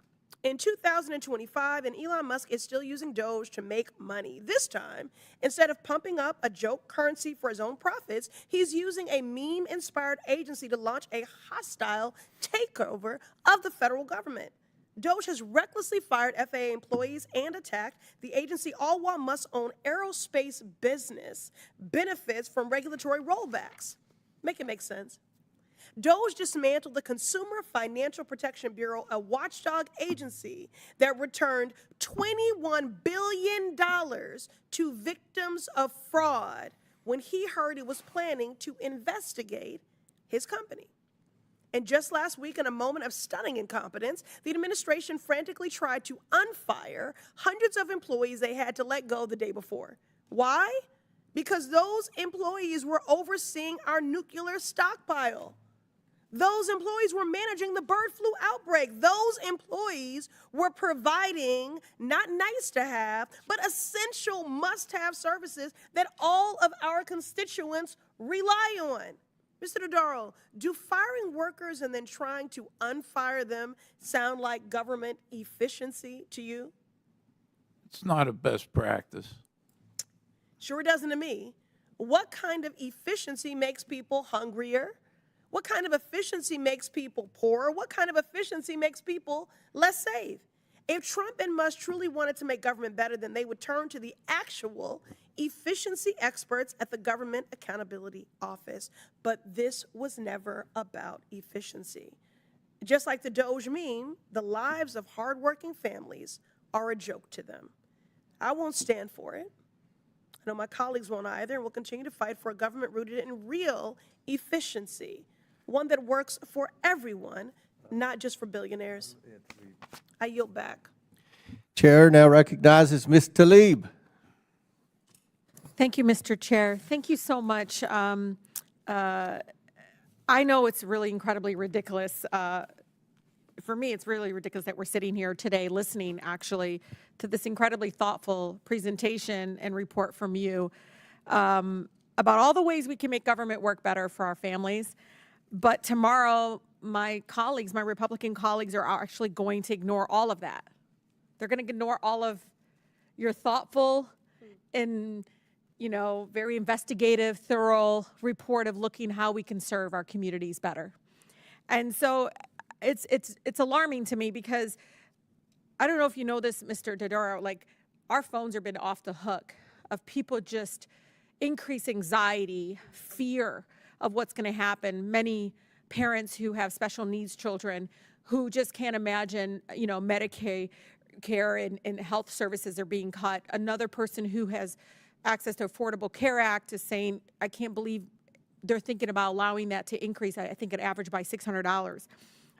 I, you know, understand from your report some of the biggest challenges in delivering for our families, for the people that we represent here, stems from staffing shortages, right? And skill gaps that make it very difficult to be effective in delivering disaster assistance. I believe your report said you were about responding to public health emergencies and keeping groceries safe to eat, food safe to eat. Is that correct? That's correct. 20 of the 38 areas are on there in part because of skill gaps and shortages. So you're talking about we don't have enough people. In some cases, that's true, but in most cases, it's having the right skills necessary to do it. It's both. It's both. I mean, for me, this is, you know, a lot of my colleagues talk about like, oh, Elon Musk is about making more money. I actually think he just likes experimenting, and he's experimenting with us, the American people. It's like a huge experiment and a game or something of that sort. I mean, one day they turn the lights off in one department, the next day they turn it back on. I mean, we're talking about like Head Start programs that didn't even get access to the portal until like I think this past week. You know, and these are folks that are offering services already, right? They already rendered the services and they're trying to get reimbursed by us. So do you think, I mean, this experiment, Elon Musk's experiment of indiscriminately firing hundreds of thousands of federal employees working on these key issues will make a positive impact in addressing some of these life and death challenges? Yeah, I think there's a need for more efficiency in government. I want to be clear about that, and I do think. Yeah, I agree. They should start with the Pentagon budget, but okay. Yeah, well, it's across the board in government. agree. I think you could be more efficient, but you have to approach it in a more thoughtful, deliberative process. But Mr. by Dodaro, figuring don't you out think what- they're hiding behind efficiency? They're Well, saying it's I- efficiency, but it's irresponsibility. It's chaotic. Yeah, it's not my job to decide. I know that motive, you could, but you know, think but I, about I it, don't, Mr. I Dodaro. don't know One what day, they say, okay, all these folks are fired. The next day, they say, okay, you can come back. Well, that's, as I said, that's not a good practice. I mean, I think, well, the good part about it is they recognized it and they brought them back. Yeah, but right even away. when they I try mean, to but turn the lights back yeah, on, but it's flickering. I think you need to take a more deliberative process. The one thing I've learned, I've been auditing the federal bureaucracy for 50 years, that you need to find out what's the reason why things are the way they are before you change. Usually there's a good reason, but not often. But you need to know the answer to that question before you start making changes. Otherwise, you have unintended consequences. I mean, do you know what they did today? Do you know? No, I've been I want here you all to, No, day. because I think it's I've been- important. yeah. But you know what they did today? They let go 28 veteran workers. So VA, John Dingle VA in Detroit. It's a veteran hospital. They let go 28 employees. I called. I said, what did they do? Like, I asked simple questions. I don't know if they're doing that. What did they do? Do you know what they did? Most of them were the people that worked in cleaning the surgical equipment. Do you know that we had a audit of the VA? Yeah. You know about this, right? Yeah, well, we did. People we died. did the Mr. audit, Dodaro, yeah. did They people weren't die at cleaning the John Dingle Yeah. VA hospital because we didn't have people cleaning the Right. surgical equipment? Yes or no? Right. Yeah, yes, that's about. So they just let go all these people. So you're telling me my veterans are going to go under a knife and we don't know if somebody's cleaning the surgical equipment? Yeah, this was a particular problem with colonoscopy. How is that efficiency? He's experimenting with the lives of our constituents and our residents. You want to come here, he should come here voluntarily. If they won't allow us to subpoena him and answer our questions. What are the reasons behind you letting go these folks behind, again, essential services? That's not efficiency. It's irresponsible. It's almost negligent. It's chaos. Mr. Dodaro, your service is welcomed because we believe we want to be effective in delivering for our families. We do. But this is not the way to do it. And I really do thank you for your service. I know it's a long way and it must be so frustrating. God, watching this last few weeks must be just unbelievable for you. For us, hearing our residents in tears has been painful. So thank you all. Thank you. Thank you. Chair recognizes Ms. Crockett. Thank you so much. And Mr. Dodaro, I'm going to pick up where my colleague left off by number one, thanking you for your service. Even though, I mean, I don't really know if they would have been trying to push you out too, because it seems like anybody that knows what their job is gets pushed out. So congrats on your retirement. And I'm hoping that you have sunnier days ahead. But Ms. Tlaib just went through a series of things that she feels like this is, other than efficiency. And I have a term for what I believe is going on. I think it's just downright cruel. I think that you have people that literally do not have a heart. They're telling us that, oh, no, we're going to run the federal government like a business. Well, let me talk to you about the people that are allegedly running this business, because the federal government ain't a business. But let me clarify. If it was, I don't want it run like the president has run businesses. The president, it's my understanding, has filed bankruptcy 6 times. We don't have that luxury in the United States of America. But even when we start to think about Elon Musk, right now, as it relates to Tesla, the sales are down. As it relates to X, he has never made a profit since he bought X. In fact, the value of X is 75% lower than it has ever been. So if I am going to go look for somebody to run a business, I'm going to look for someone who is going to run one successfully. And before people start screaming and yelling about, well, he's a billionaire.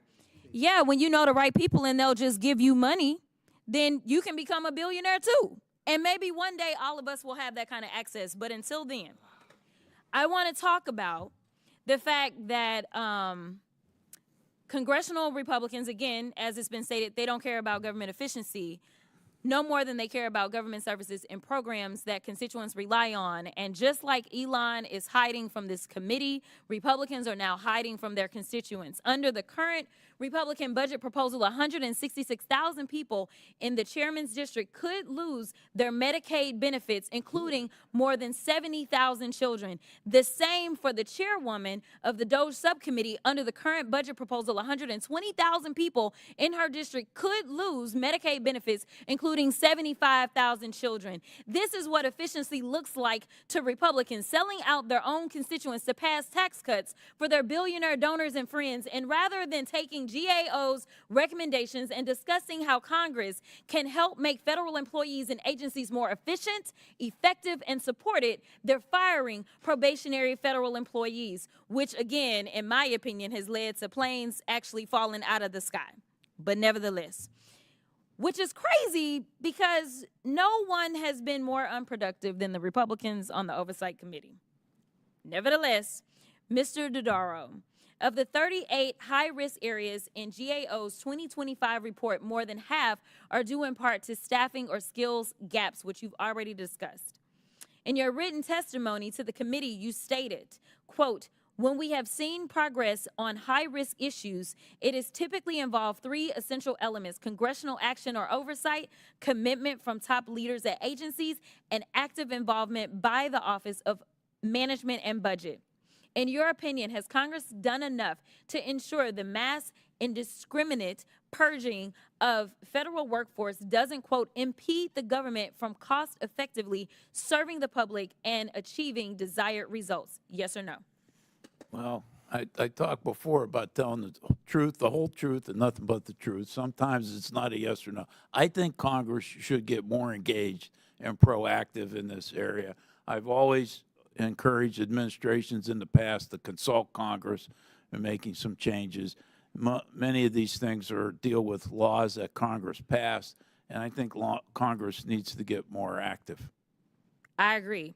We need to do our constitutional duty, which is to conduct oversight. So again, I'm inviting Elon or anybody else that's a member of DOJ to come through and we can have a conversation. In fact, I am not aware of any recommendations that really go beyond just cutting those services that people need. There's not been any talk about cutting any of Elon's contracts, though. Not a one. Not that I'm aware of. Maybe you're aware of it, but you are aware that Elon has been getting money from the federal government for a number of years, correct? Yes. Okay. And it's my understanding that he has not made a recommendation to cut any of his money as we are trying to save money and save this country. At the end of the day, what I am going to say is that we had the National Highway Traffic Safety Administration open 5 investigations on Tesla for complaints of unexpected braking, loss of steering control, and crashes while cars were in self-driving mode. And Tesla tried to block at least 2 rulings from the National Labor Relations Board punishing Elon for tweeting that factory workers would lose stock options if they joined a union. This is a problem. Can you at least tell me that you agree, that you understand what a conflict of interest is, and that Elon may be I am well conflicted? aware of what a conflict of interest is, and we've been asked by the Congress to take a look at this situation, and we will. Well, I appreciate that. And with that, Mr. Chair, I will yield. Gentlelady yields back. That concludes our questioners. In closing, I want to thank our witness, Mr. Dodaro, for your testimony today. Thank you for your many years of service. I want to thank your staff once again for your input today as well. With that and without objection, all members have 5 legislative days within which to submit materials and additional written questions for the witnesses, which will be forwarded to the witnesses. If there is no further business without objection, the committee stands adjourned.